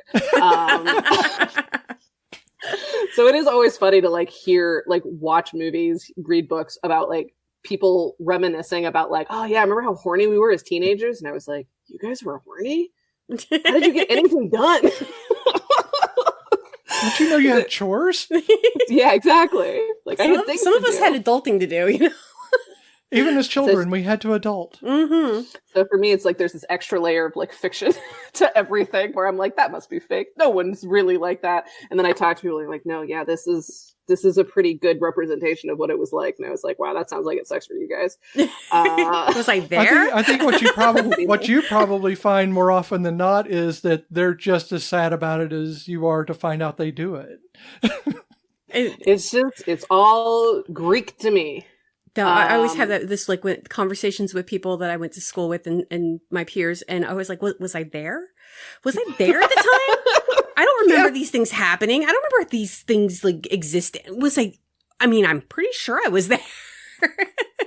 Kids like to invent things. Oh yeah. Part of the anti-establishment purity culture thing. Hey, we invented a whole gang that didn't exist and got blamed for crimes in our town. Oh, there you go. It didn't exist. And we knew how to make stickers. It's a long story. Well, speaking of groups of friends and gangs, this girl gang has learned about her deal with Colin. Yes. And her like plan to not go over 20. And she has to admit that she's doing the scheme because he just texted her and it turns out he found her magician ex, and we get a very funny flashback where there's no fat phobic jokes. No, amazing. Yay. Just maybe some goth phobic, unclear. And just a Chris Angel a lot of kind coins. of poking fun at Chris Angel. Yeah. Yeah, and like it's his like initial sort of pickup line is like, you know, he does the coin behind the ear trick, but then truly one of my favorite jokes in this movie comes where we cut then to them in bed together, where he pulls out a pile of coins from her vagina, apparently. Incredible. I'm like, where's he hiding these coins? I know. The escalation, the fact that he implies that she can store more there than behind her ear, like everything about it is insane. It just might be a call to how good a magician he is and how hard it is for a magician to actually make a living with this job. Oh my God. And I mean, she seemed satisfied and impressed, so like clearly something was working about this relationship. It was the extra change for the meter. For the meter? Yeah, she always had extra money. It was great. She didn't have to trade in quarters for the laundromat. It was awesome. Nice. Explain why Joel was always smelling his money. Because he's like, people keep taking it out of me. Damn. Woof. So we go to a bar to check in with the Magician X, and we see him looking less goth, but still doing the coin behind the ear trick. And she's like, nope. All right, I've seen what I needed to see. I'm out. Well, he hasn't changed in 10 years. So. No, just his looks. Yeah, and she basically makes the point of like, listen, good for him, but like, if I'm gonna go backwards, I want to still be able to go forwards. This guy is stuck there. Yeah. And I don't want to be stuck. And honestly, I can appreciate that. For sure. Important that she has these boundaries. Yes. Then we have like the most sort of like explicitly purity culture conversation that we get in this movie, where she finally like admits that this is about her number, and Colin's like, why do you care? Why are girls so obsessed with this? Nobody cares. And she's like, decent guys care. And he's like, what does that mean? Why would they care? What does this have to do with anything? And so like she is basically talking about how she assumes that the perfect guy will care, and therefore she must care, when in fact the perfect guy is sitting right here and doesn't care at all. And so this is sort of the foreshadowing of like how her perception needs to change in the future, and a nice little reprieve from like men obsessing about like how much the women in their lives are having sex. He's like, why? Like a decent guy wouldn't care. And she's like, no, a decent guy definitely would care about what I've done when it wasn't his business. Exactly. I think it would have been nice if he had actually learned as well throughout the movie that it shouldn't matter, but it is put upon women to care. Yes. Yeah. And maybe if he said, maybe a decent guy shouldn't care. If he cares, then maybe he's not decent. And see, these are the little tweaks that I think if they had done this movie a couple of years later, might have happened. Yeah. Because like it is an exceptionally well done comedy movie that slightly misses the mark on the nuance of like the themes. But that's just like, I think, a nature of its time. And also, especially considering that this movie was in development for so long, I imagine like some of the references were like early 2000s references. Right. To like opinions about sex. Yes. And like that detail we learned about how the producers were worried that if she had sex with too many people would find her unrelatable. Like it seems like there was also some like executive pressure to make it less than it is. And that disconnect between the population and these executives and what they actually know of the people that they are making movies for. One of the bits of trivia that I found interesting was that Anna actually hated filming this. I saw that too, which is very sad because I adore this movie. Yeah, I thought that it didn't explain it. It just said that she hated filming this movie. Yeah, it's too bad. They probably pushed her hard. Yeah, I get the sense that it was because she clearly cared about this movie. Like I've read stuff in the past where she was like, yeah, I worked like really hard to get this movie made. Like I came on as a producer to ensure that it was made. And so I think they just kind of like made her life a living hell because she was a woman who was trying to do something slightly unconventional. Gasp, women have sex. Disgusting. Oh, how Lock dare. them up. How dare. What they probably really wanted was something like, American Pie, where the women are the foils. Right.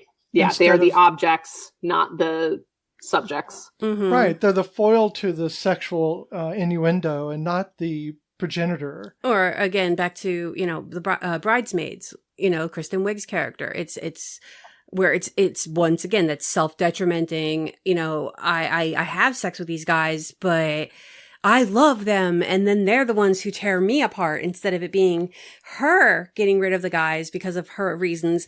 In Bridesmaids, it's them dumping Kristen Wiig. So yeah, maybe that's it. Because you want that, it's better when the men are in the power. I did kind of like that Anna gets to be the one choosing. Yeah. These are all her choices. She chose to go back. But and that then was she still her chose to also choice. walk away, which is in its own way empowering. Definitely. For sure. Yeah, she is, she's cutting her own trail. How successfully or how straight and narrow that trail is up for debate, but at least she's interesting. It's hers. So she wakes up the next morning to find that Colin is already in her apartment, camped out, chilling. He's broken her coffee machine. He's tweeting about breaking her coffee machine. If you were on He's Twitter, in Andy you'd know. Dwyer mode now. Yeah, he's so funny. He's just Chris Evans' delivery cannot be overstated. He is so funny. Let this man be funny in movies. Well, you get the sense he's more than Captain America, people. You get the sense that they're becoming really easily and really quickly friends, and just friends who can just hang out together. She's not even upset. She's just surprised. Right. Because he's being a nuisance, but he's doing it in a way to be a nuisance. So it's sort of like the fact that he is self-aware of the fact that he's being a nuisance makes him less of a nuisance. Yeah. That very funny kind of dynamic, but they're very easy together. And he has made her a Facebook account so that the men can be finding her while he's trying to find them. We find out one is married with kids, so he's out. Even though he tries to hit on her. Well, it's not even that he hits on her. He just adds her on Facebook. And apparently in 2011, when you add someone on Facebook, it's supposed to be for something else. Well, yeah. Well, I mean, if you're liking their photo at 2 a.m., that's a hit. Yeah, no. Yeah, exactly. I think the complicated digital landscape of flirting. Oh, amazing. We go to Colin's apartment quickly after this. He has a murder board for his searching of the men, which I love. I love a murder board. It. My two loves are romance and mystery, and the fact that this movie can give me both. Both can use a murder board. I think everybody should have one at some place in their house. Oh, yeah. Murder boards, impeccable interior design. Oh, definitely. We also get a little bit of a nod to the fact that she was potentially bi-curious in the past, but then it turns out no, but also yes. It's a movie from 2011. There's a handful of, I wouldn't say transphobic jokes. I would say trans insensitive jokes. Definitely. Yeah. Which is unfortunate. And we also had the fat phobic jokes from earlier. Yep. Yes. I've become desensitized to a lot of it, which is unfortunate. I should be outraged. But honestly, when the intent isn't to trash trans people, but to just call attention to an ancillary thing that they don't have any knowledge of, I let it slide because it's no Ace Ventura. Oh, yes. True. Yeah. I have a reaction, but it's usually internal. And then I look at you going, okay, if she's not reacting, I'm not going to say anything.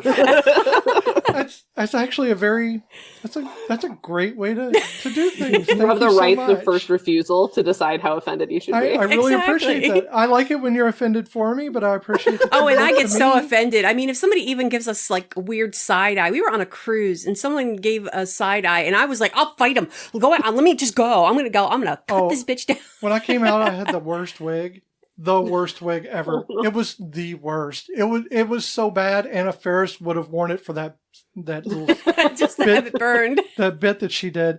But she saw it and she was going to lunge over the table at them in this restaurant. Yeah. And I was like, no, it's not worth it. Just don't do it. So I appreciate that. But yeah, the trans jokes, when they're these microaggressions, I let them go because you have to look through it through a different lens, really. Everyone can get offended at everything. It's how we react that means something, not how they make the microaggression.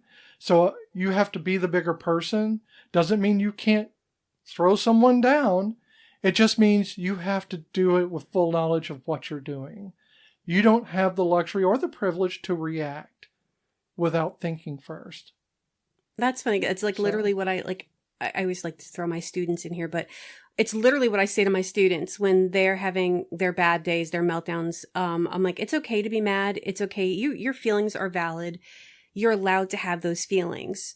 It's what we do with those feelings. So it's the same thing. It's what we do with those feelings of, hey, not everybody is going to be comfortable with everything all the time. Do I think that they should be treating anybody different poorly? No. But you're allowed to be uncomfortable because sometimes things are new and sometimes things are not something you're used to being exposed to. And you're allowed to have that uncomfortable feeling. What we do with that? Do we treat people like shit because you're uncomfortable? No, it's not their fault that you're uncomfortable. It's you. So you need to deal with it on your own. And how you deal with that is what matters. Oh, that's a very nice correct yourself before you wreck yourself. Basically, I mean, because I'm not allowed to say, fucking get her shit together. I'm not allowed to say that in the classroom. So yeah, it happens in movies, but again, unless it's egregious, I don't really hold it against the writers for not having full knowledge of things. For sure. But I do think that it's one of those things where, like, when you encounter it, especially in a movie or a book or a piece of media that you like recommend to other people, I think it does a disservice to be like, oh, and then there's some not okay stuff, but don't worry about it. It's like, we should worry about it. It doesn't mean that it should affect your overall enjoyment, but it is an acknowledgement of like, I have seen this. I understand that that's not okay. I understand why it's not okay. I will be able to articulate it, but I can also look at this as a whole, see the context, and appreciate it in spite of that, while still holding space for not okay. Right. Like, I am allowed to be offended by the fat suits. I hate when people get put in fat suits as like a shorthand for you're ugly. Like, I really, on Friends, I didn't like it. I didn't like it in New Girl? Shallow Hal. New Girl. Oh, I freaking hate Fat Schmidt. It is. And it's not Fat Schmidt that I hate. I actually like him because I can't stand Schmidt. she knows my dislike of Schmidt because I think he's my evil little kitty cat. I love him. Oh, he's just the worst man in the world. Oh, he really is. But he's so funny. Oh no, he's funny as hell. But I hate the way they have. Oh well, he's fat, so he's bad. He's worth less. Where, Fat Schmidt's a sweet guy. He's the big guy, and he's actually sweet. He's stupid, but he's sweet. I mean, they had like a plot line about that with his Merritt Garland. No, yeah, with Elizabeth Weaver. Yeah, Elizabeth. Whole she liked her big guy. And no, she was wrong too, but that's another story. The point being, we can still love New Girl while acknowledging that there are some dated aspects of that show that are hurtful to us, and that's okay to be hurt, and it's also okay to still enjoy the thing that hurt you if you know that, it was not intended maliciously. Right. Or even if it was, you can say, that's fine. I'm going to choose to enjoy this anyways. And I think it does us a disservice to be like, oh, people are so sensitive. Why even mention it? It's like, because it's important. It's important to always recognize, hey, that's not okay. To remind yourself, don't do that again. To remind the people around you, I will not stand for that now. Yeah. Yeah. Be better at what you're doing. And that's it. Just be better. Pay attention to the details of things and correct yourself as you go. Mm-hmm. Exactly. And again, you can't change the past. So when you see things in movies, be upset about it, but try to be better next time. If they make a movie and you are involved, be better. Mm-hmm. And acknowledging the things that aren't better is the easiest way to start doing that. Yep. But what doesn't get better is Anna Faris's British accent. Oh my Lord. We found another man. This time it's Martin Freeman. She started strong though. Did she? She started as strong as Anna Faris could start. And then it progressively got worse. So funny. To a point where I get embarrassed easily by, uncomfortable things like this. I was writhing on the couch. I was trying to get up and walk away, but I'm like, I have to watch this because we're doing a podcast on that. I can't just walk away. And I'm laughing, but I'm trying to walk away from it. I am fighting myself more than I am the movie. So I have trivia. So my favorite thing is that the tie he's wearing in the cafe is a St. Bart's tie. St. Bart's Hospital is from Sherlock.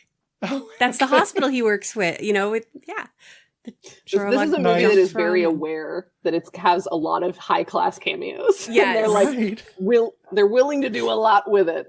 So Chris Evans has found another boyfriend. It's Martin Freeman. He's going through a divorce and has an open house. So they're like, let's go to the open house. Of course, we get our second beat with Chris Pratt, where a different house is open, but not an open house. It's his house. They have wandered into his house. He's very upset about it. It's a very funny, just little aside. But then we meet up with Martin Freeman, and it turns out that when she dated him, she pretended to be British. Chris Evans thinks this is hilarious because it objectively is. It really is. And she's trying to get him away, but she won't leave. She didn't want him to know. Yeah, he's like, no, I have to see all of this. He's like, I have a feeling I know where this is going, and I need to live it. Oh, so funny. And so then we immediately cut to her coming home like it didn't work. And so we learned that as they spent the day together, her British accent got worse as she got nervous. So then it went Cockney, then it went full Borat, then it went Swedish Chef. It was so bad. I'm trying to writhe right now. I'm thinking about walking out of our own podcast. I use a lot of accents in our D&D game, and I have never lost the thread that bad. And I've had characters bleed into each other, and I've never lost it that bad. That was hysterical. It was a very funny sequence. I think it really was very well done. It was very funny. She's so good at it. She you can see her trying so hard to commit and failing. But I like to imagine like my meta narrative for this is that like her heart is fighting her on it. Like her body won't let her commit when she knows this is not right. If she has to pretend to be a fully whole different person for this person. And like how long were they together that she was able to hold it together then and but couldn't do it in one bar scene? They gotta ask questions like this because who knows? I like to believe this is one of her longer relationships, which is the funniest option. I know. So she's been very sober and very deliberate their entire relationship. She's like, I'm a little rusty. She's watching Bridget Jones over and over again, trying to get the accent down. But she pulled it from out an of her American, ass in the restaurant. Also playing a British accent. Extremely funny. I loved it. So we move on. They hang out on the rooftop of their building. We learn a little bit more about his Colin's like musical ambitions and about how he doesn't want to play just like gigs for like performance money. Like he wants to like play real music. And she's like, okay, so you don't want to be successful. And he's like, no, I want to be like authentic. And that's like a whole thing. There's like an interesting thread for both of them about being like people from conventional industry families going the creative route and like struggling, but finding it worth it.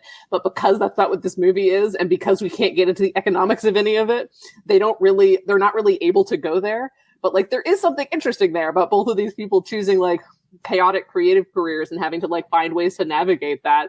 But also like neither of them seem concerned with their finances at all. So I guess I'm not concerned with them. Yeah, right. I guess neither so. are Yeah. attended to. And even despite the fact that he opens up and he tells her, I want to play my own music. Not once does that ever happen in the movie. Right. That so, is true. Like, he kind of has to compromise, but it's like, I would rather him compromise if it was I at least get to play music, but I do need to make rent thing. But because we're not interested in the economics of it all, You don't get that struggle. Yeah. the stakes aren't there. So it's like, all right, whatever. He plays music. We're happy with him being authentic or whatever. We also get another flashback here. There used to be bonus features that I think must have just gotten deleted from my, like when Apple TV moved over from like the old movies app, but there used to be deleted scene featurettes. So she actually meets up with like a handful of other guys that they filmed, including Andy Samberg in present day, Right. that do not make it into the movie because ultimately I think it made it too long. So we only get the flashback for Andy Samberg's character, Jerry Perry. Excellent name. He has a puppet. Okay. The puppet is very involved in the sex. Oh my God. Love that that for him. The slow withdrawal of the puppet is And it priceless. was Such looking a at well her, done, looking at him, looking at her, looking at him, and then moving. I'm like, such a God well done damn. scene. It was so uncomfortable for So everyone involved. uncomfortable. Mostly Just- for the puppet. I think so. That poor puppet. Simply beautiful. Also, we didn't mention this when we were talking about Andy Samberg earlier, but Palm Springs, surprise banger of a recent romantic comedy. Palm Springs, one of the best romantic comedies I've seen. I in want to years. see that. I keep forgetting about it. It's on our list. I have So not good. seen it. I definitely want to see that. Good. It's on Hulu. Extremely, extremely good, and he's fantastic in it. I love him. All the best parts of Jake Peralta and all the best parts of Andy Samberg. Excellent. I'm always impressed. I love Joanna Newsom. I really just love the album Wise. And the fact that he's married to her, when I found that out, it blew my mind. And he's such a geek about it. Oh my God. And I didn't know. And so, yeah, it's just like two worlds coming together. We love a wife guy. Yes. But yeah, he's only in there insofar as to just like be another ex. And also in the next scene, they're like wandering around Boston. This movie is set in Boston, if that matters to anyone. It doesn't really matter. It only comes up when Chris Evans takes her to the Boston Harbor. Yeah. Well, he apparently one of my trivia things was that he was very happy about it being filmed in Boston because that's where he's from. So he's very comfortable with it. And he got to like hang out with his family and stuff. But anyway, so they're wandering around Boston. She's like mad at him for not finding Jake Adams. So Jake Adams has been like the name that keeps coming back up because it's very clear that he's like her white whale, the one that got away. Mm-hmm. We don't really know a lot about him yet, except for the fact that he's from a similarly like well-to-do family. And like, it's tough to get in touch with him because like, he's from a big, important family and he's like a world traveler. So like, she's very disappointed that they haven't connected with him. And we learn a little bit more, which is that like, he was her like first boyfriend, and they like made a pledge together to lose their virginities together. Yeah. But then he went abroad and she broke the pledge. And Chris Evans is like, well, who do you break the pledge with? We got to find that guy. Clearly, if someone was better than the angelic Jake Adams. And she has to admit that it was in fact the puppet guy. And Chris Evans laughs a lot and really enjoys this. Can't blame him. I would have to as well. Like, I also think that this is, though a joke, a missed opportunity to like talk about the fact that like clearly sex was not a priority for Jake, which is a fundamental disconnect between them, despite the perfection of Jake Adams. Mm-hmm. And like, I almost wish that her first guy like was good because like it would set her on a course of like, I do enjoy sex and like putting that part of myself down seems bad. Right. Like, why should I suppress something that brings me so much like joy and fun? Because again, like I really think it's a missed opportunity in this movie to make sex not this like big evil thing that is just like a normal human function that if you're doing it safely and with consent. Yeah. Because ultimately in the movie we kind of find out she learns to love herself but never reconciles that part. Mm-hmm. Yeah, sex is still the devil unless it's with a man that you love, right? And intend to marry. Right. It still becomes a thing of you have to do it the correct way, which is the way everyone told you to do it. Yeah. And it becomes less about her then and more about how society views her. Which is unfortunate, but it's also 2011. So like there is only so much I can ask from this movie. Exactly. And I am respecting that. I'm trying to respect that. So we get our first lunch ambush because her sister needs her help to tell her mom that their dad is coming to the wedding.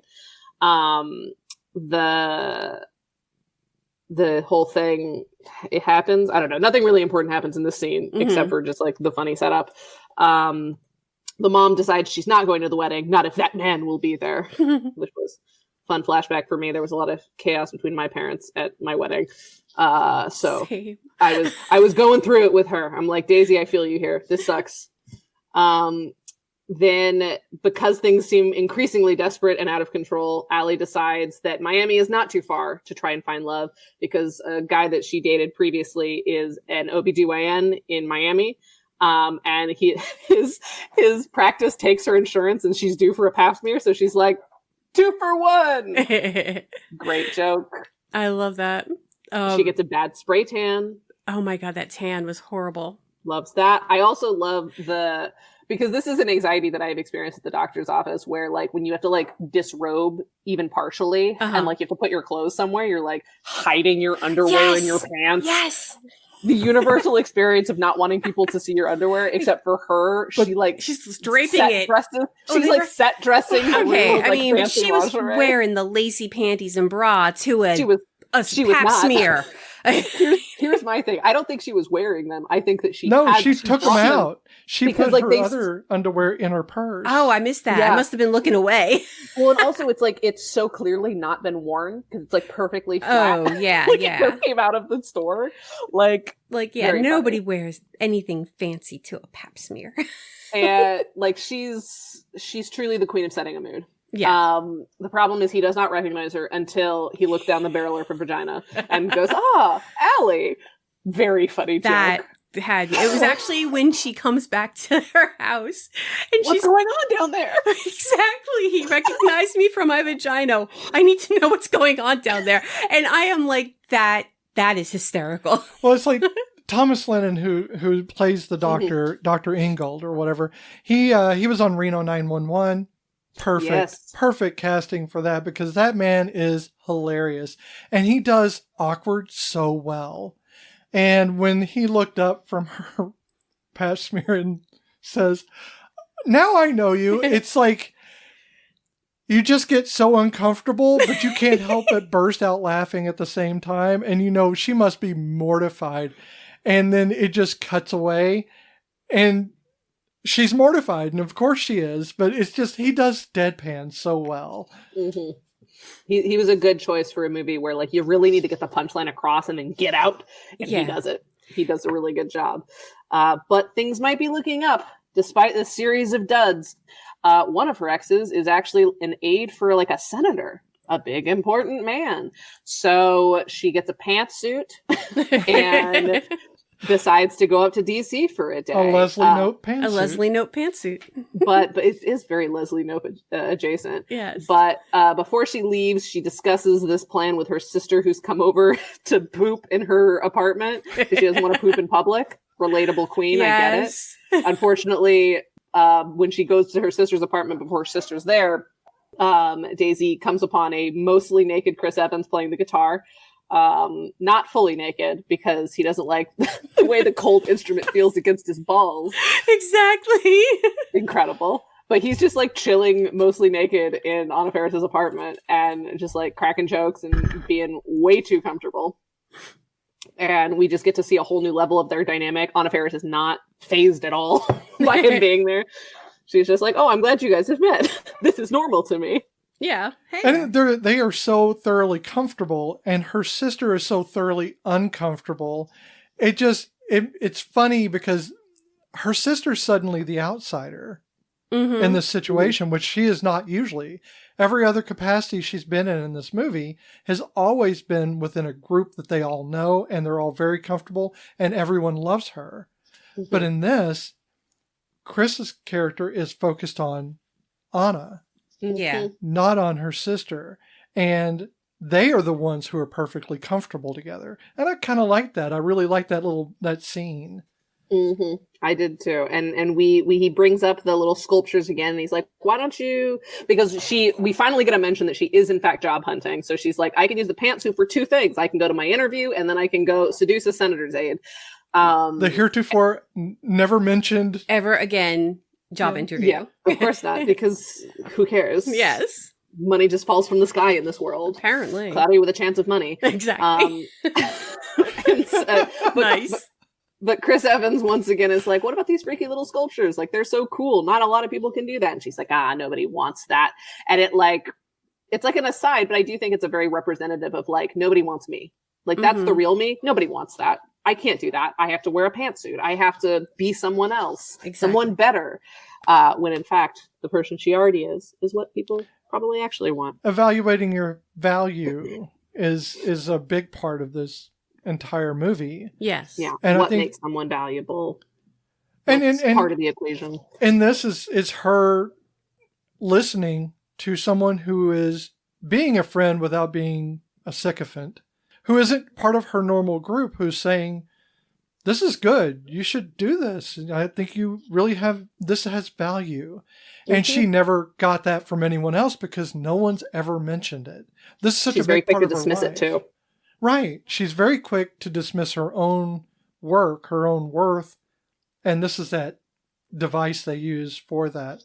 All right, I see how much time we've already spent on this. I feel bad, That's but I'm okay. gonna try We're to pick it up. keeping this a single part. It is not going to be a 2-part. It's just going to be longer, and that's okay because we're having a good time. Yes. So. All right, fair enough. She says this now, but we'll be doing disclaimers later saying that it's a 2-parter. We're not doing a 2-parter. We're doing the whole thing. Whole shebang. We're declaring it.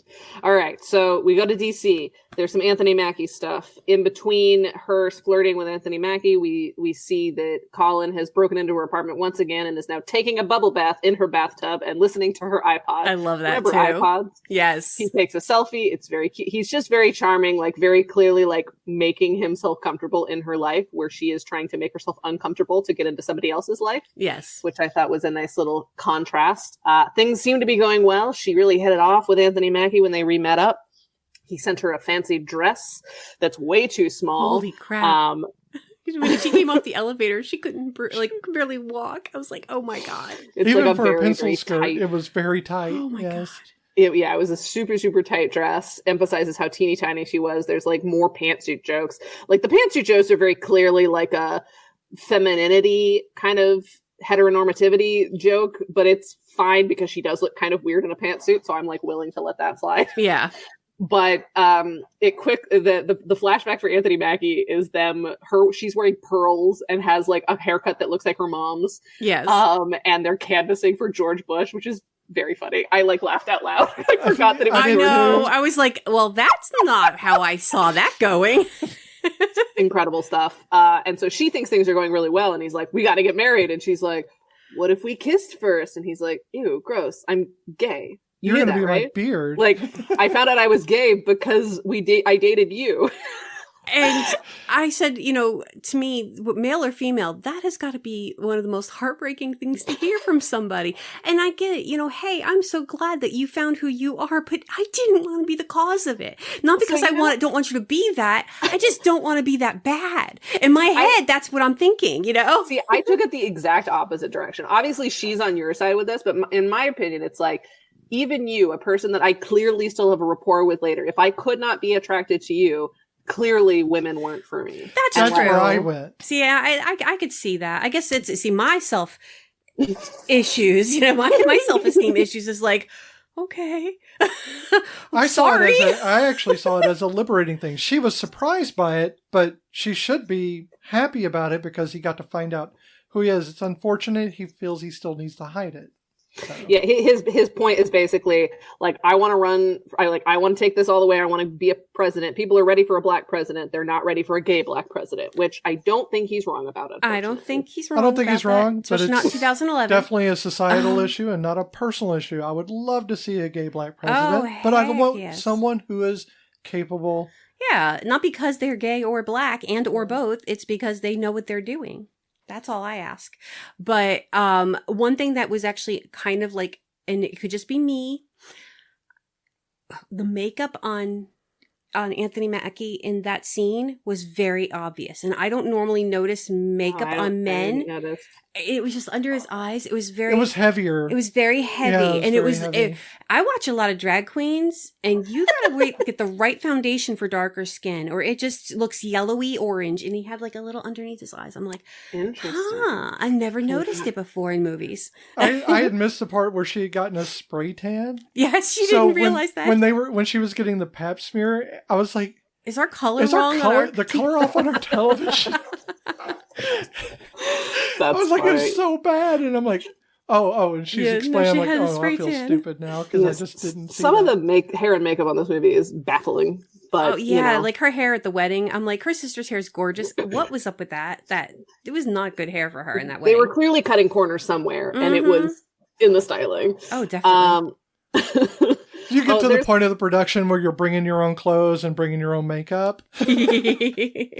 So the Anthony Mackie stuff takes place over the course of like 2 scenes, like the initial like re-meet cute, and then like the scene where he is like, I want a beard. And so in between that, she's like talking to Colin and like very clearly excited about like the direction things are going, which is important because later as she's realizing that, this isn't what I expected, he's trying to like call her, clearly kind of trying to interrupt because he's like, oh no, wait, if this plan works, she won't be with me. And so we're seeing kind of Colin start to fall from her from afar and being like disappointed when he can't get in touch. Lucky for him, Anthony Mackie is gay in this universe, and so she needs some cheering up. So they go out on the town, and this is our first real, like, they are hanging out just to hang out, not in service of the shenanigans that they're doing. Mm-hmm. Right. And it's very cute. Mm-hmm. But before that, he does a little electricity thing, an electrician scheme badly. But he has wanted to, like, bring more attention to her little clay diorama people. And so he, like, did this, like, fun lighting thing where, like, now there's a spotlight on each of them so that, like, she can really highlight how neat they are. Like, he's been naming the characters within these dioramas. Like, very clearly, he's like, I want to elevate the thing you're already doing that you seemed most passionate about. I want to show you that I believe that they should be seen. Like, it's just, like, this really sweet moment of, It really was. It really shows that he's, like, they're becoming very close. They're becoming good friends. But he is definitely, like, flipped over from the carefree, love who you can, when you can, and to move on, to definitely more of a monogamous viewpoint where he is trying to get her to understand his feelings without saying them. Mm-hmm. And he uses those the diorama characters as his interest. Mm-hmm. And you can see that increasing as it goes. I mean, he literally puts a spotlight on it. So, well, and also, what was he doing while he was setting up this electrician situation? Not hooking up with other girls. Exactly. Like, suddenly, he's not using her apartment to hide. He's using her apartment to reveal. Exactly. Themes. We get our another light transphobia when he dead names her hookup from college and then continues to use she, her pronouns. I think Anna Faris uses he, him, but it's unclear if she's talking about him or Anthony Mackie. So right. Yeah. We move on. Colin takes her to a like big basketball stadium that he once worked at and has keys from. He has the card that they never turned off, apparently. Yes. So. Yeah, and so they play basketball. They play strip horse, which I love. I don't know if it's because basketball was a very formative sport for me, and playing horse against boys who underestimated me was like a big part of my game in the past. Nice. But I really enjoyed it. It's very cute. They eventually leave her terrible dress that's too tight for her behind, and go kind of like chat. They have like more discussions about like both of their ambitions and their creative expertise. Then we get the next line that me and my best friend quote back and forth to each other all the time, which is, "We are gonna jump in the hopper," which Chris Evans sings because they're having a conversation about like stop doing things that people say that you should do and do things like you want to do. Like, I think it's a great idea to jump in the harbor. Yes, it's a great idea. We're going to do it. And so they jump in the Boston Harbor, and it's adorable, and it's very cold. And probably not hygienic. Yes, for sure. We joked about that for about 20 minutes. We're like, they're going to need tetanus and rabies and possibly an STI. I mean, we know panel. Anna has health insurance, so presumably she's up to date on her shots. Exactly. But I'm still but that harbor and the smell of it when they get home, how they acted.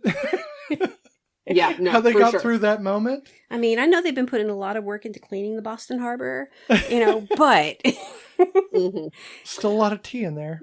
But yeah, basically, like they have this moment. She's wearing his shirt now because she can't wear the dress anymore, and they start kissing, and then they start moving in another direction. Even Anna Faris, like she starts like unbuckling his pants before she's like, "Wait, I need to slow down," and I am okay with that conceptually as a like, hey, maybe I need to like make relationships more about like the person rather than like getting to the next stage. Like, I think that makes sense. Yes. But like, I do think that we are missing out on a beat about her acknowledging like maybe the number doesn't matter. Like right. she's slowing down because of the number, but like she has every intent on consummating this attraction at some point, right? Mm-hmm. So I feel like we're missing a beat where she like has to sort of wrestle with, you know what, maybe this whole number thing was the wrong way to go about it. Maybe I don't care about that actually. And we never really get that. Right.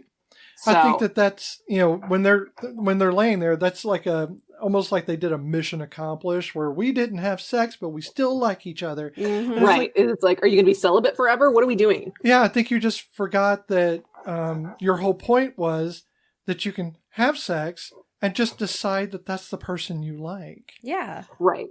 Like, you can have sex and love, and Yeah. both of them are equally good and important. And it's wonderful when you can find them in a single person. But we don't really have that beat. But we do have the, like, they like each other beat. So they sleep together without sleeping together. And we have a, like, reflection scene where it's the morning after, and she starts to try and sneak out of bed to do her zhuzhing and her, you know, making herself look pretty in the morning. But Chris Evans wakes up before she can escape. And it's like, wow, you're so beautiful in the morning. And oh my goodness, she didn't have to primp to get the compliment and validation. And she looks very similar to how she did in the beginning of the movie. I know. Right. We can't get bogged down in this because she looks identical in every scene. I think what was good, though, was, I mean, we talked about, you know, them not having sex, but the fact that the way he reacted to not having the sex, I think maybe helped smooth over that missed beat. Because he didn't have a reaction like, you're rejecting me. He had a reaction like, this is good for us. You know, we're still going to be together. This is something I want. Yeah, I'm going to keep kissing you. Like, I'm not going to reject you back because I have hurt feelings. Like, it is a very sweet moment. And he wasn't like the quintessential, you know, dick about it, really. Like, he made some jokes like, what if I just put it in like this much? Yeah. You know, like, he's clearly like just joking around, but at the end of the day, he's like, you know, I still want to touch, I still want to kiss, I still want to hold you. Like, you are still important to me, even without, like, you know, doing this. Right. So I do like that. But, like, because there is such a, like, textual fundamental thing that she is trying to live up to, I feel like not acknowledging that loses a little bit of the, like, well, what are we doing here? You know? So I would have liked an extra beat. That kind of calls it to the end shot, you know, so we got to get there. We got to get there. We're moving through. We're almost through. We got to get to the marriage, though, the wedding. Yeah, the wedding. Yeah, the wedding. So we're close to the wedding. But we still have a handful of beats to get through. So the next morning, she accidentally steals his phone because apparently they have the same phone. She goes to another wedding prep meeting where it's revealed that she's with Colin and all the girls are aghast. Horror. Oh no, your rapey neighbor? Jesus.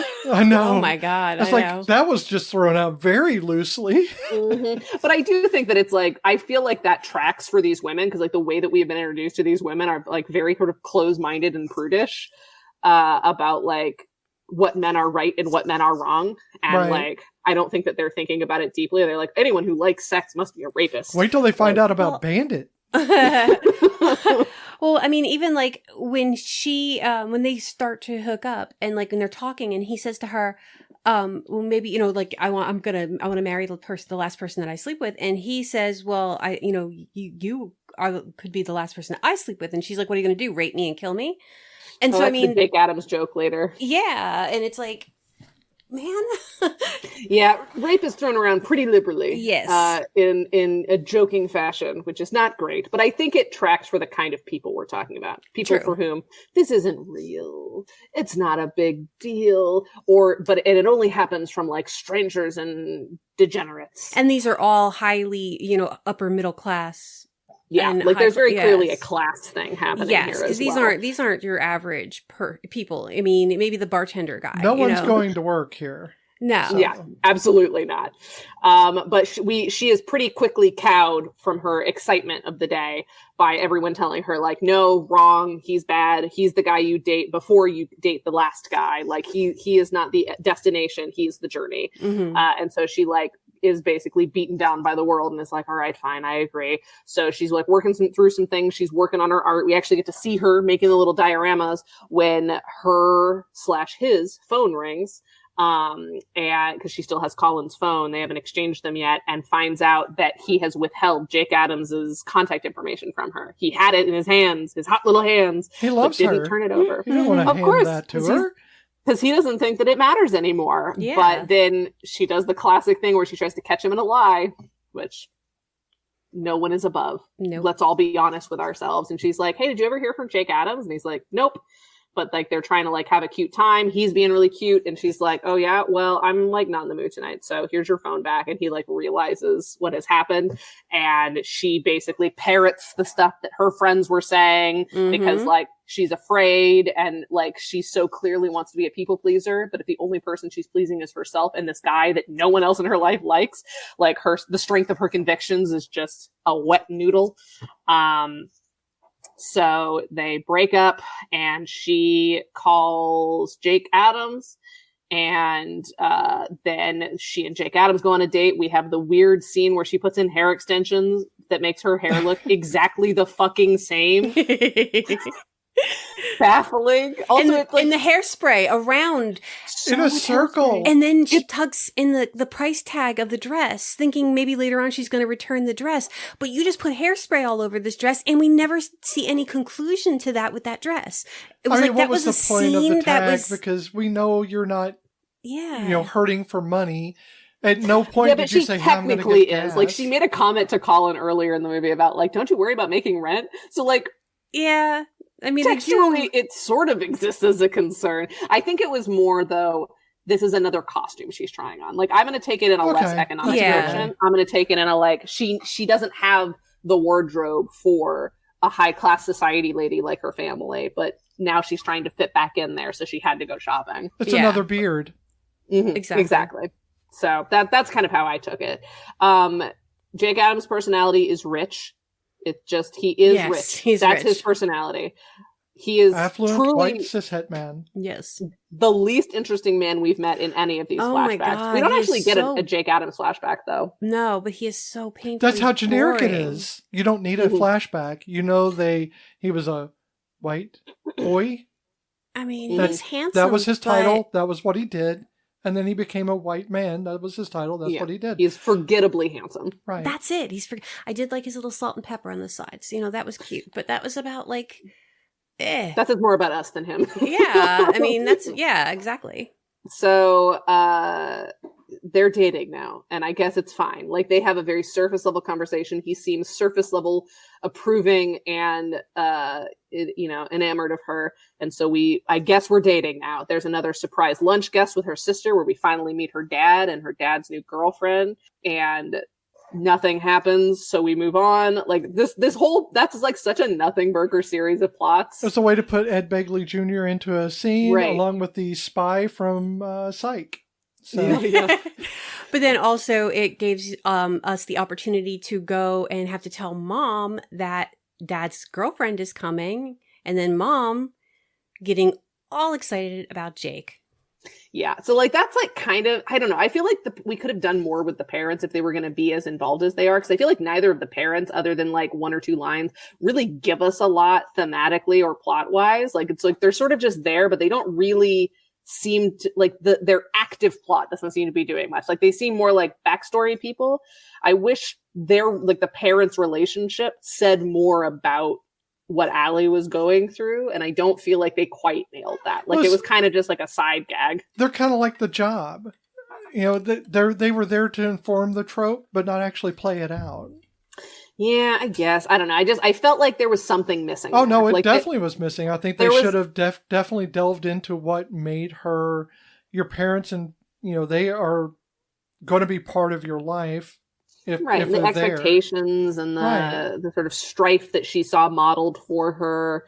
Like, I don't know. Yeah, there was enough airtime dedicated to the whole parent conflict that I felt like it should have mattered more to me. Right. One way or the other. But it felt like it mattered more to Daisy, who I don't care about. Yeah. Like, I'm not concerned with your story, Daisy. She didn't even meet Colin enough she didn't even meet Colin once in order to disapprove of him. Just only approve of Jake. Exactly. But yeah, but to your point, like this whole sequence leads up to, they think the mom is going to have a huge blow up, but they're still trying to get the mom to the wedding. But then the mom is so distracted by the fact that apparently she and Jake Adams were seen in a newspaper together. She's so excited that they're back together. She's skipping. She's delighted. Her daughter has finally come through for her. So of course she's coming to the wedding because Jake's coming to the wedding, right? Mm-hmm. So like, finally, she has parental approval. Delicious. She literally says, I'm so proud of both my daughters for the thing that they shouldn't really be known for, getting married and dating a guy named Jake. Yeah, exactly. Also, she says this line, which is like the most gut-wrenching line of the movie, in my opinion, which is, this is your life, Allie. Don't get creative. Oh no, that hit me hard. That hit me very hard. Mm-hmm. Yeah. Never been told those words exactly, but I have been told words very similar, and it just smacked me. I was like, oh shit. Wow. This is a comedy? I'm not supposed to have feels. and honestly, with this line, I think it's revealing of something that the parents could have been doing, which is like the dad is kind of this specter for a lot of the movie. It's like, oh, I hate your father. I hate his young girlfriend. I hate everything. But then when we meet him, he's just so happy and excited all the time. And it's like he has chosen to live an unconventional life and is happier for it.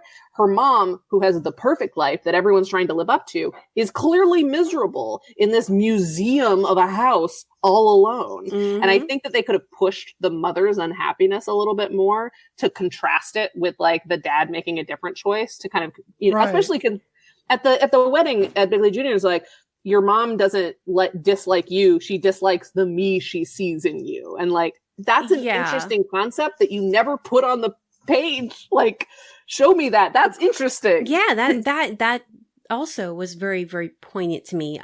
Just that, you know, it's not you, it's what you represent. That's the problem. Yeah, it comes back to the way that we expect relationships to go, and the fact that our relationship didn't go the way your mom wanted.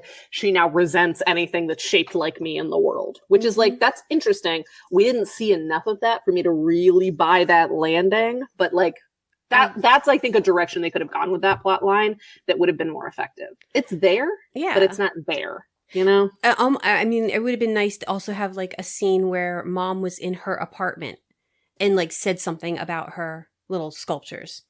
Very derogatory. So or like that she brought one over. Because like it looks like she's making like a cake topper at one point. I don't think we ever see it on the cake. Yeah. Why make that and not have it part of the feature? Thematic? Yeah. But yeah, you get like, that, like to have that to see mom's actual putting down of her creativity and her individuality and the things that she enjoys, like maybe stick her nose up at her decor or something. So you get that feeling that that's what she disapproves, is that free thinking, free form, creative that she is in reality, and not the people that she's pretending to be all along. And then when that statement comes back, you know, don't be creative, or, you know, she's not mad at you. It's about what that you remind her of me. That would have been so much more poignant. Of course, the point could have been that she never was at her apartment. That's true too. She never bothered to get to know her. Yeah. Right. I also just think though that it would have been important to see the mom genuinely miserable, independent of whatever's going on in her daughter's life. Because I think we can read a lot into this woman has nothing going on. Oh yeah. No. But I do think it would have been valuable to see this woman who, like, for all intents and purposes, is the person that Allie is trying to be, like, functionally in her life, but then to see that ideal be miserable. Like when you're like, this is what I want, you put something on a pedestal and you like climb up on the pedestal and it's like, oh, this sucks, why did I want this? Exactly. I think that would have also been an effective like counterbalance to it. But in any case, forum I wanted to be in. But a good counterbalance that I saw was we have a extremely white Massachusetts montage where she and Jake Adams are going places together. And there's a sequence where she and Jake Adams and her sister and her future brother-in-law are like on like a double date at the beach, all wearing like sweaters around their shoulders. Yes. Impeccable. But like it's a very fun like contrast because like the sister and brother-in-law are like all over each other, like very affectionate, and she and Jake are like politely sitting next to each other, and Jake like makes this expression like, ooh, it's a lot of PDA. And like I thought that was a really effective like, all right, so these two people aren't in love. And it's actually great if you're like affectionate with each other. And so like I thought that was a nice little subtle like dig at like even the idealized montage doesn't seem to be going great. So finally it's the day of the wedding. We've gotten to the last final piece of this movie. The wedding is happening. She and Colin run into each other on the landing of their apartments. Colin is also going to a wedding, but it's none of her business what wedding he's going to and why. So, who cares? She's with Richie Rich now. We're moving on. It doesn't matter that Colin is incredible in his suit. We move on. We ignore it. Okay, so the wedding. A lot of things happen that are ultimately not super important. Daisy's dress doesn't fit. the wedding coordinator has a list of every wedding happening in the city. This Because is important later. The harp player couldn't be there. Hurt their finger or thumb or something like that. Yeah. Also, when Anna leaves her apartment, Chris is leaving his apartment, and she's, got her dressed to go to the wedding, and he's in a suit, and she's like, oh, where are you going? And he's like, oh, I'm going to a wedding. Whose wedding? And he's like, nobody you know. So there's that too, that, first you're thinking, is he going to just go to the wedding? Because she did ask him, and he did say he would go with her. So maybe he still thinks he's going to the wedding. But then you realize that would have been a really interesting choice of him being like, you invited me, I'm coming to the wedding. And to have both the boys there at the same time. That would have been funny.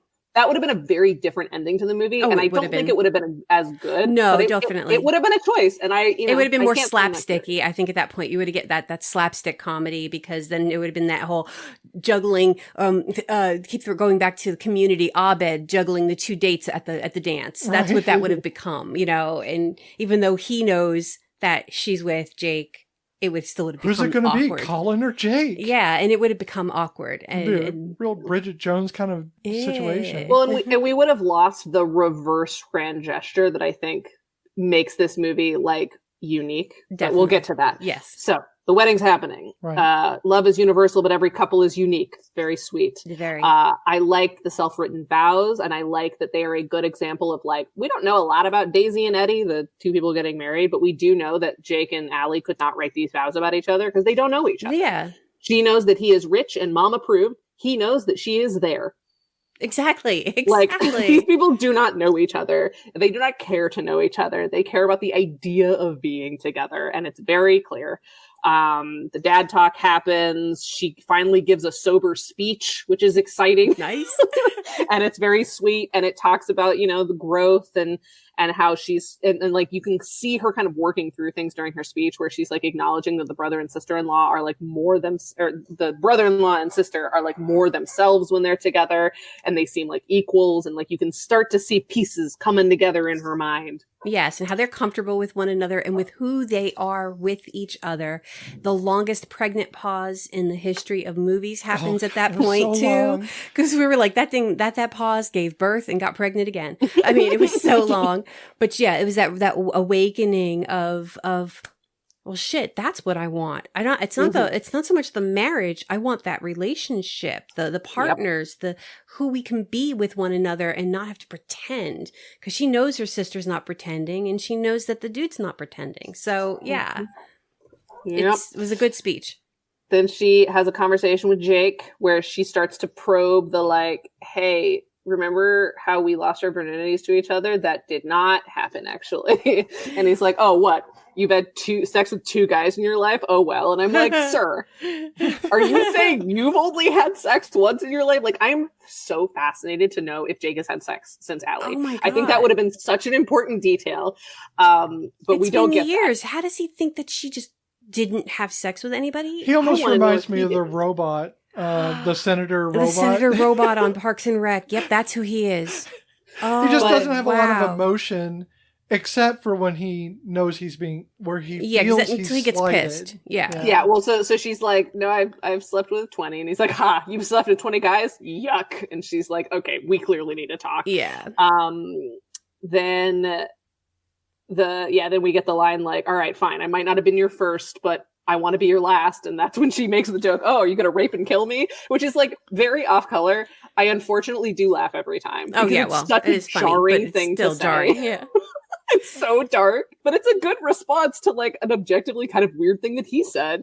And she's reacting uncomfortably, validly, in my opinion. And it's also, she doesn't know him. And the way he said it was, I think she said it almost as a way to shock. Again, we don't live in a safe society for women, and it could have been just a genuine reaction, She's also testing him, because she can say shit like that to Chris Evans, and he'll be like, "That's hilarious." Yeah, but this guy has no sense of humor. He is nothing, and so they break up because she realizes I deserve better. Your version of perfect is not the version of perfect that's compatible with mine. Her mom's very upset about this, but finally her sister comes to the rescue in an uncomfortable parental situation rather than the other way around. And her sister provides a distraction, which is that the reason her wedding dress didn't fit normally is because she's pregnant. Okay. Sister's pregnant, I guess, but it serves as I'm throwing this distraction bomb you get out of here. Right. So Allie grabs the list of all the weddings going on in Boston from the wedding coordinator and takes off. Of which there's only like 12. So I mean, in all of Boston. And she didn't check she didn't the have the names. time to travel to 50 of them. She could get the addresses, but she didn't look at the names of the wedding participants.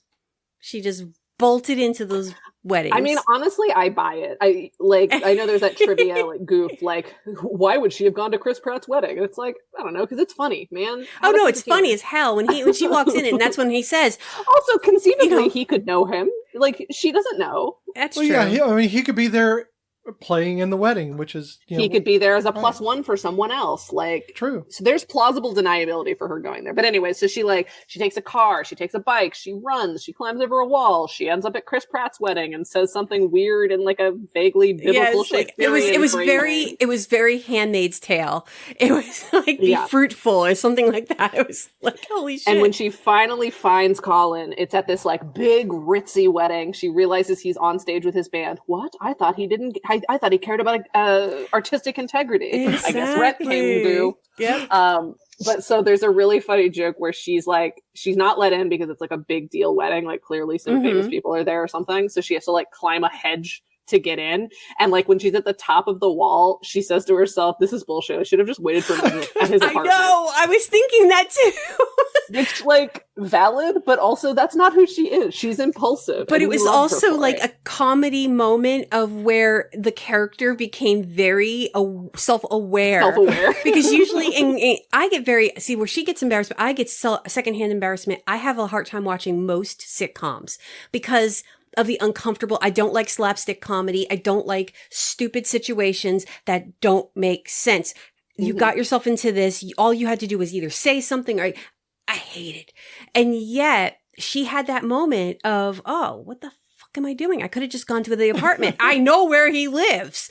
Yeah. Literally. But I do think that it's consistent with her character. Oh, definitely. What we know about her is that she acts first, she thinks later. Very impulsive. And I appreciate that in her too. She's just desperate to tell him. She it's like that When Harry Met Sally line, like when you realize that you've met the love of your life, you want the rest of your life to start right away. Like I think that this is very indicative of that. So she and also as soon as she gets there, she's not going to wait for him to come off stage. She immediately charges the stage and is like singing along with the song, trying to get him to talk to her. She got the tambourine in there at the right moment, but then the rest of it fell apart. Yeah, she's just like interrupting the whole thing, and then she's like, actually, everybody stop. It's time for speeches.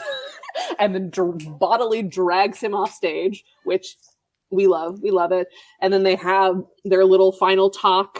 Like her sort of final line is like, I'm happiest being myself, and I'm myself when I'm with you, which is sort of we've come full circle. Yes. She is who she is. She's a little bit crazy, but he likes that about her.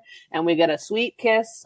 And then final beat of the movie. We're here. We're together. So this is the Aziz Ansari cameo where like she's lying in bed with Colin. I wish they were like naked under the covers to imply like they have actually had sex at this point. Right. Because like I still feel like for as cute as they are together, they have a fairly sexless relationship in a way that runs counter to the narrative, but okay. But anyways, she gets a voicemail from someone who was from her list that she was trying to get in touch with, and it turns out they didn't have sex at all. There was a funny situation that happened instead.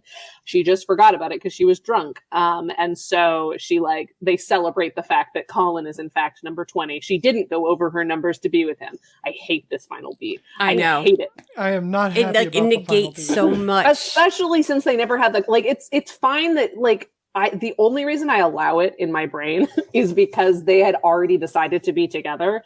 And so clearly she's over it. And so now this is just sort of oh wow, I got everything. Yes. And so it's fine. I think it sucks, but this is why I really wanted that beat earlier when they first decided to get together, where she had to sort of confront, this is bullshit. This is a bullshit system. Yes. I want you in spite of this bullshit system.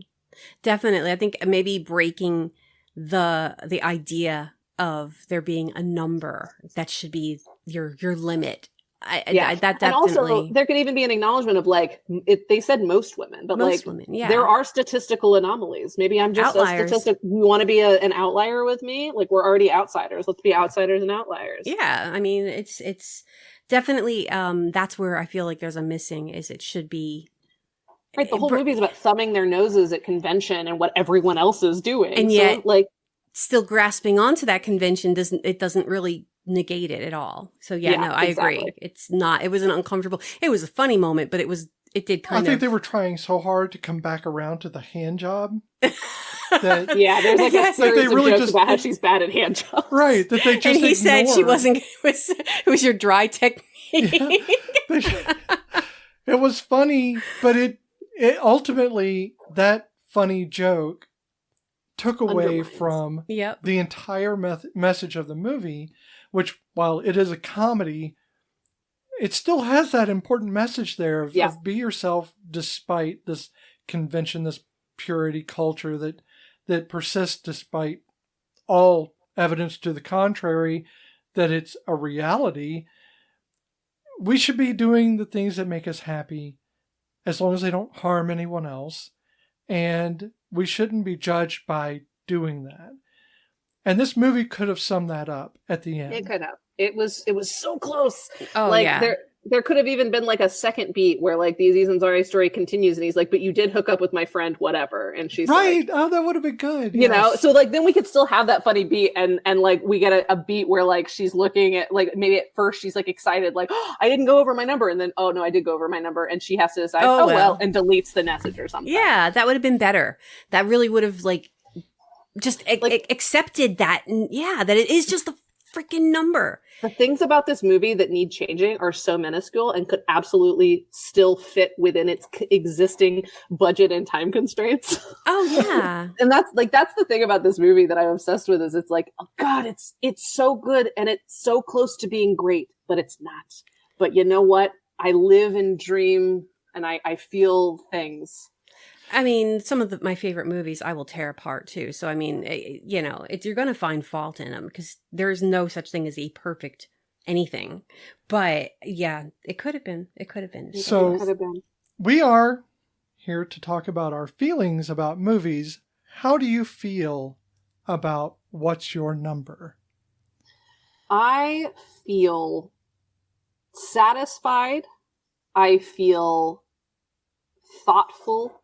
Like, this is a movie that really makes me think about the way that the world thinks about sex. And I think that, like, I have a unique relationship to that, being asexual, but being in an allosexual marriage and writing spicy romance novels. Like, I am a person who does not experience sexual attraction, who is inundated with sex in all parts of my life, including like self-directed ways, like in my writing. And so like movies about sex and opinions of sex in culture just like make me really thoughtful about like how that looks as an outsider. And this movie just like, it always brings up like thoughts. And like when friends of mine are having trouble in their relationships, this is the movie that I like think back to when I'm like seeking to give advice on an experience that I have not had personally. And yeah, those are some of the emotions that come up around this movie. I also just like the ride or die aspect of the main couple, where they're like, we are imperfect together. And like, I think that is so lovely. I think for me, seeing this as a first time, it's really something I've enjoyed. I have really come to enjoy this movie and like this movie, and it will be one I watch again. Probably several times over and over, because I do tend to do that. Early in the mornings. Right. When I'm not awake yet, because she gets up at the ungodly hour of 3 and will watch movies without me. So yes, that's exactly what that will be. But I think this movie can be summed up in probably 2 words: beautiful disaster. I agree. That this movie misses the point on some things, but it's ultimately a very beautiful film about people still trying to maybe find their way through messy situations. It's earnest. Right. It's not without fault, but no one is. And I think that it's not harmed by that fault. And I really enjoy this film. I think it's something that can be a favorite and not be a guilty pleasure, but just be a pleasure. No, I agree with you on that. It was surprisingly better than I expected it to be, because again, I did not with the title of the movie, I was just thinking it's going to be another date hookup movie because it's what's your number, so you're asking for phone numbers. I do feel like it did miss a huge way of correcting wrongs, but I don't feel that it was ever intended for those wrongs to be corrected.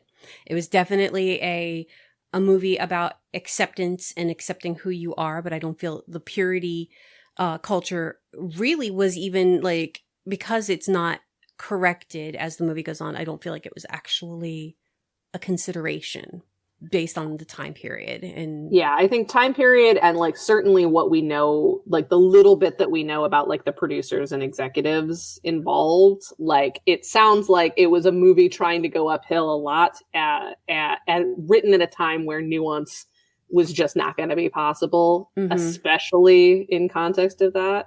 And yet it does still manage to be a really earnest movie. It's really trying to be like, weirdos deserve love too. Exactly. Be nicer to yourself. And even all the weirdos that she rejects, they're all still true to themselves. You know, they're still who they are. You know, she doesn't want to date the bartender again because he seems pretty happy with being who he is. Yeah, and he finally found a haircut that works for him. I mean, yeah, that worked much better. But it's definitely a movie that it made me laugh. And like we were mentioning before, a lot of comedies just, they're funny, but I don't laugh out loud very much anymore when it comes to something like that. And we did. Many times. Sometimes it would like catch me like off guard. Like I'd hear it and then a beat later I'd laugh at it. It was such a good pick. I'm so glad you picked something that I just wouldn't have even thought to watch. Oh no. Yeah. I think that's what makes it funnier. And now you're not expecting it. It's a favorite. Exactly. But Bri Castellini, I have waited months to ask you this question. According to a certain test that you may have knowledge of, do you think there's femininity in this film? And how would we rate that in any real way? Such a great question. Thank God somebody came up with a test that allows us to objectively evaluate. So I do think that this passes the Castellini test. So multiple named female characters were good there. That have to have a conversation either not about love or with their partner and not about their relationship. And I do think that happens. Like she and her friends talk about sex sort of objectively and just like as a thing that they experience. She talks to Chris Evans not about their relationship. They talk about their aspirations. They talk about like their work and their creative endeavors. Like she talks to her dad about her mom and her mom's expectations. Like there's lots of conversations with her mom and her sister about the wedding and about the dad and the girlfriend. So it's not about her relationship at all. It's about her other people's relationships, her life. And her. Exactly. So like there's definitely conversations happening in this movie, despite it being a movie about love. There's a lot more, it's one of those old adages of like, you can't love others until you love yourself. And this is very much a movie that's like, has that at its core. And like, you can't love yourself until you know yourself. And you have to have conversations outside of your romantic life in order to be a full enough person to bring to a relationship. So they definitely spent time on that. Yes. And certainly multiple women were integral to this plot. The movie could not have moved forward without them. So like on the objective, perfect level of the Castellini test, I think this fits. I think, is this a feminist movie? Is certainly up for debate. It's trying to be. But it's trying to be a one of the guys feminist movie. Yes. And I think that's what ultimately limits it, because it's trying to like have its cake and eat it too.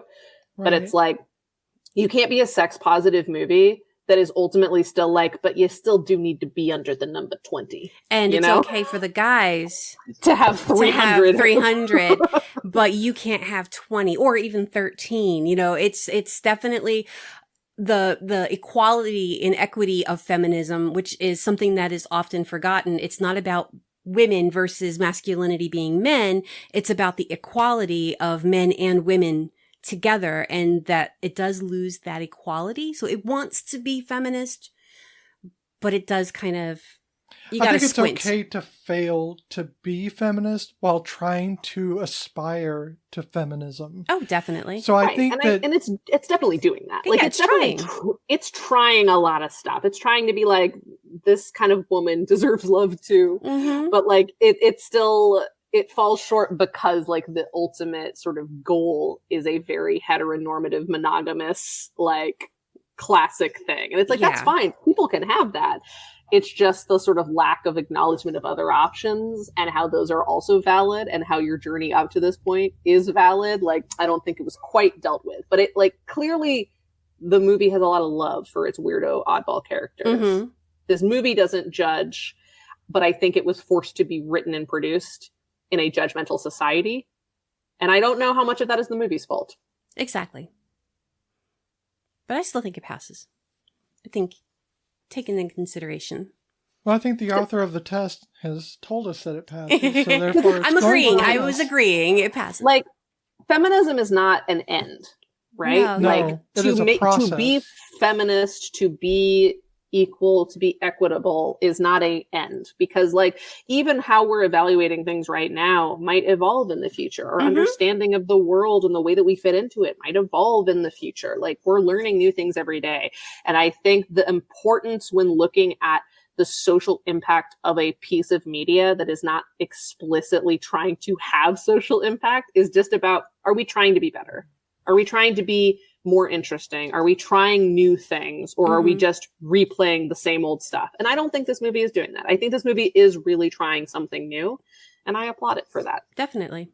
We haven't had a guest on before. You're our very first guest. I'm so happy. I'm honored. Thank you so much for having me here. This has been so much fun. I know it has been. We love having you, and I really hope we can have you back for just another fantastic talk, because while we ran over time, honestly, it felt like no time has passed for me. I know. I keep looking at the time like, it can't have been that long. I love talking to you. I am so glad you're here. And not just because you're the author of the test that we use all the time, but because you are just a nice, fresh perspective for us. And you're so knowledgeable and you are so insightful. And I really appreciate you taking the time with us to be here and to talk about movies that mean something, that may not mean something to everyone, but they mean something to the people that watch it. Well, thank you. I know this has been so fun. I really appreciate y'all taking a chance on a movie you hadn't seen before, and your willingness to unpack it with me. I mean, and anytime you want to just, nerd out, that's, we could do like a whole episode of us just nerding out about all of the different fandoms that we love. And yeah.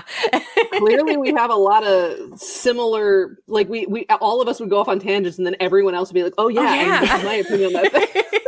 So, I mean, yeah, we could literally do like a whole series on just that alone.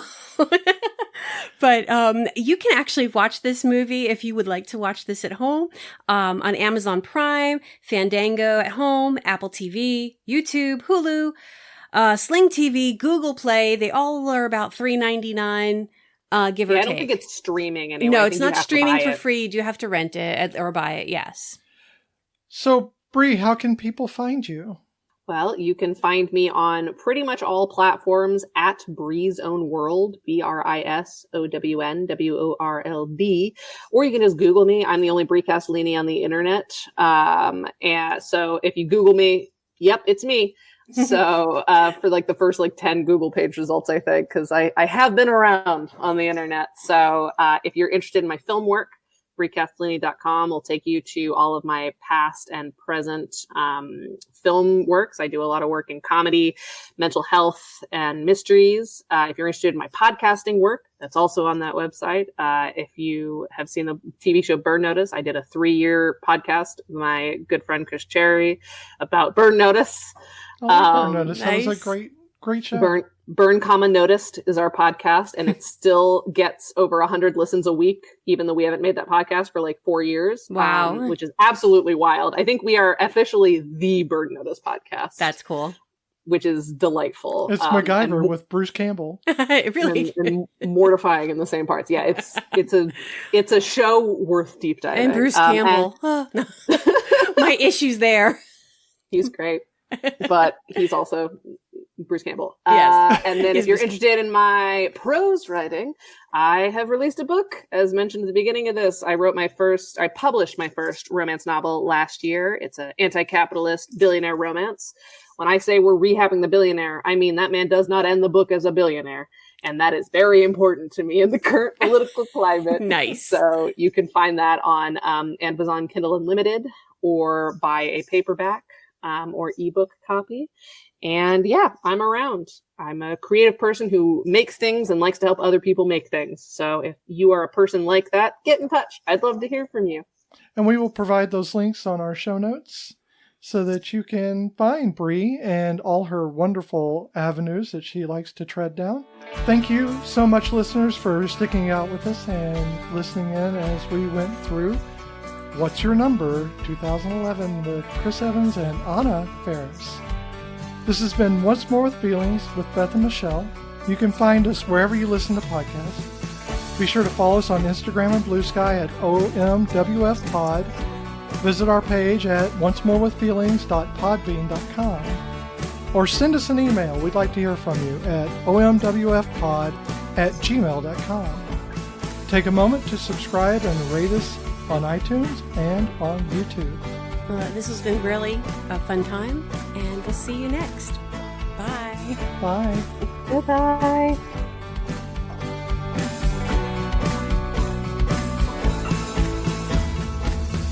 Do you think the woman coming out of your apartment could have helped you with the being locked out problem? Okay. I had a little situation that I needed to get out of, not unlike your situation here. So Lied to her, then lied to me. I look at it as trying to avoid her feelings. Wow. This is pretty cool. Where'd you get this? I made it. No shit. Shit.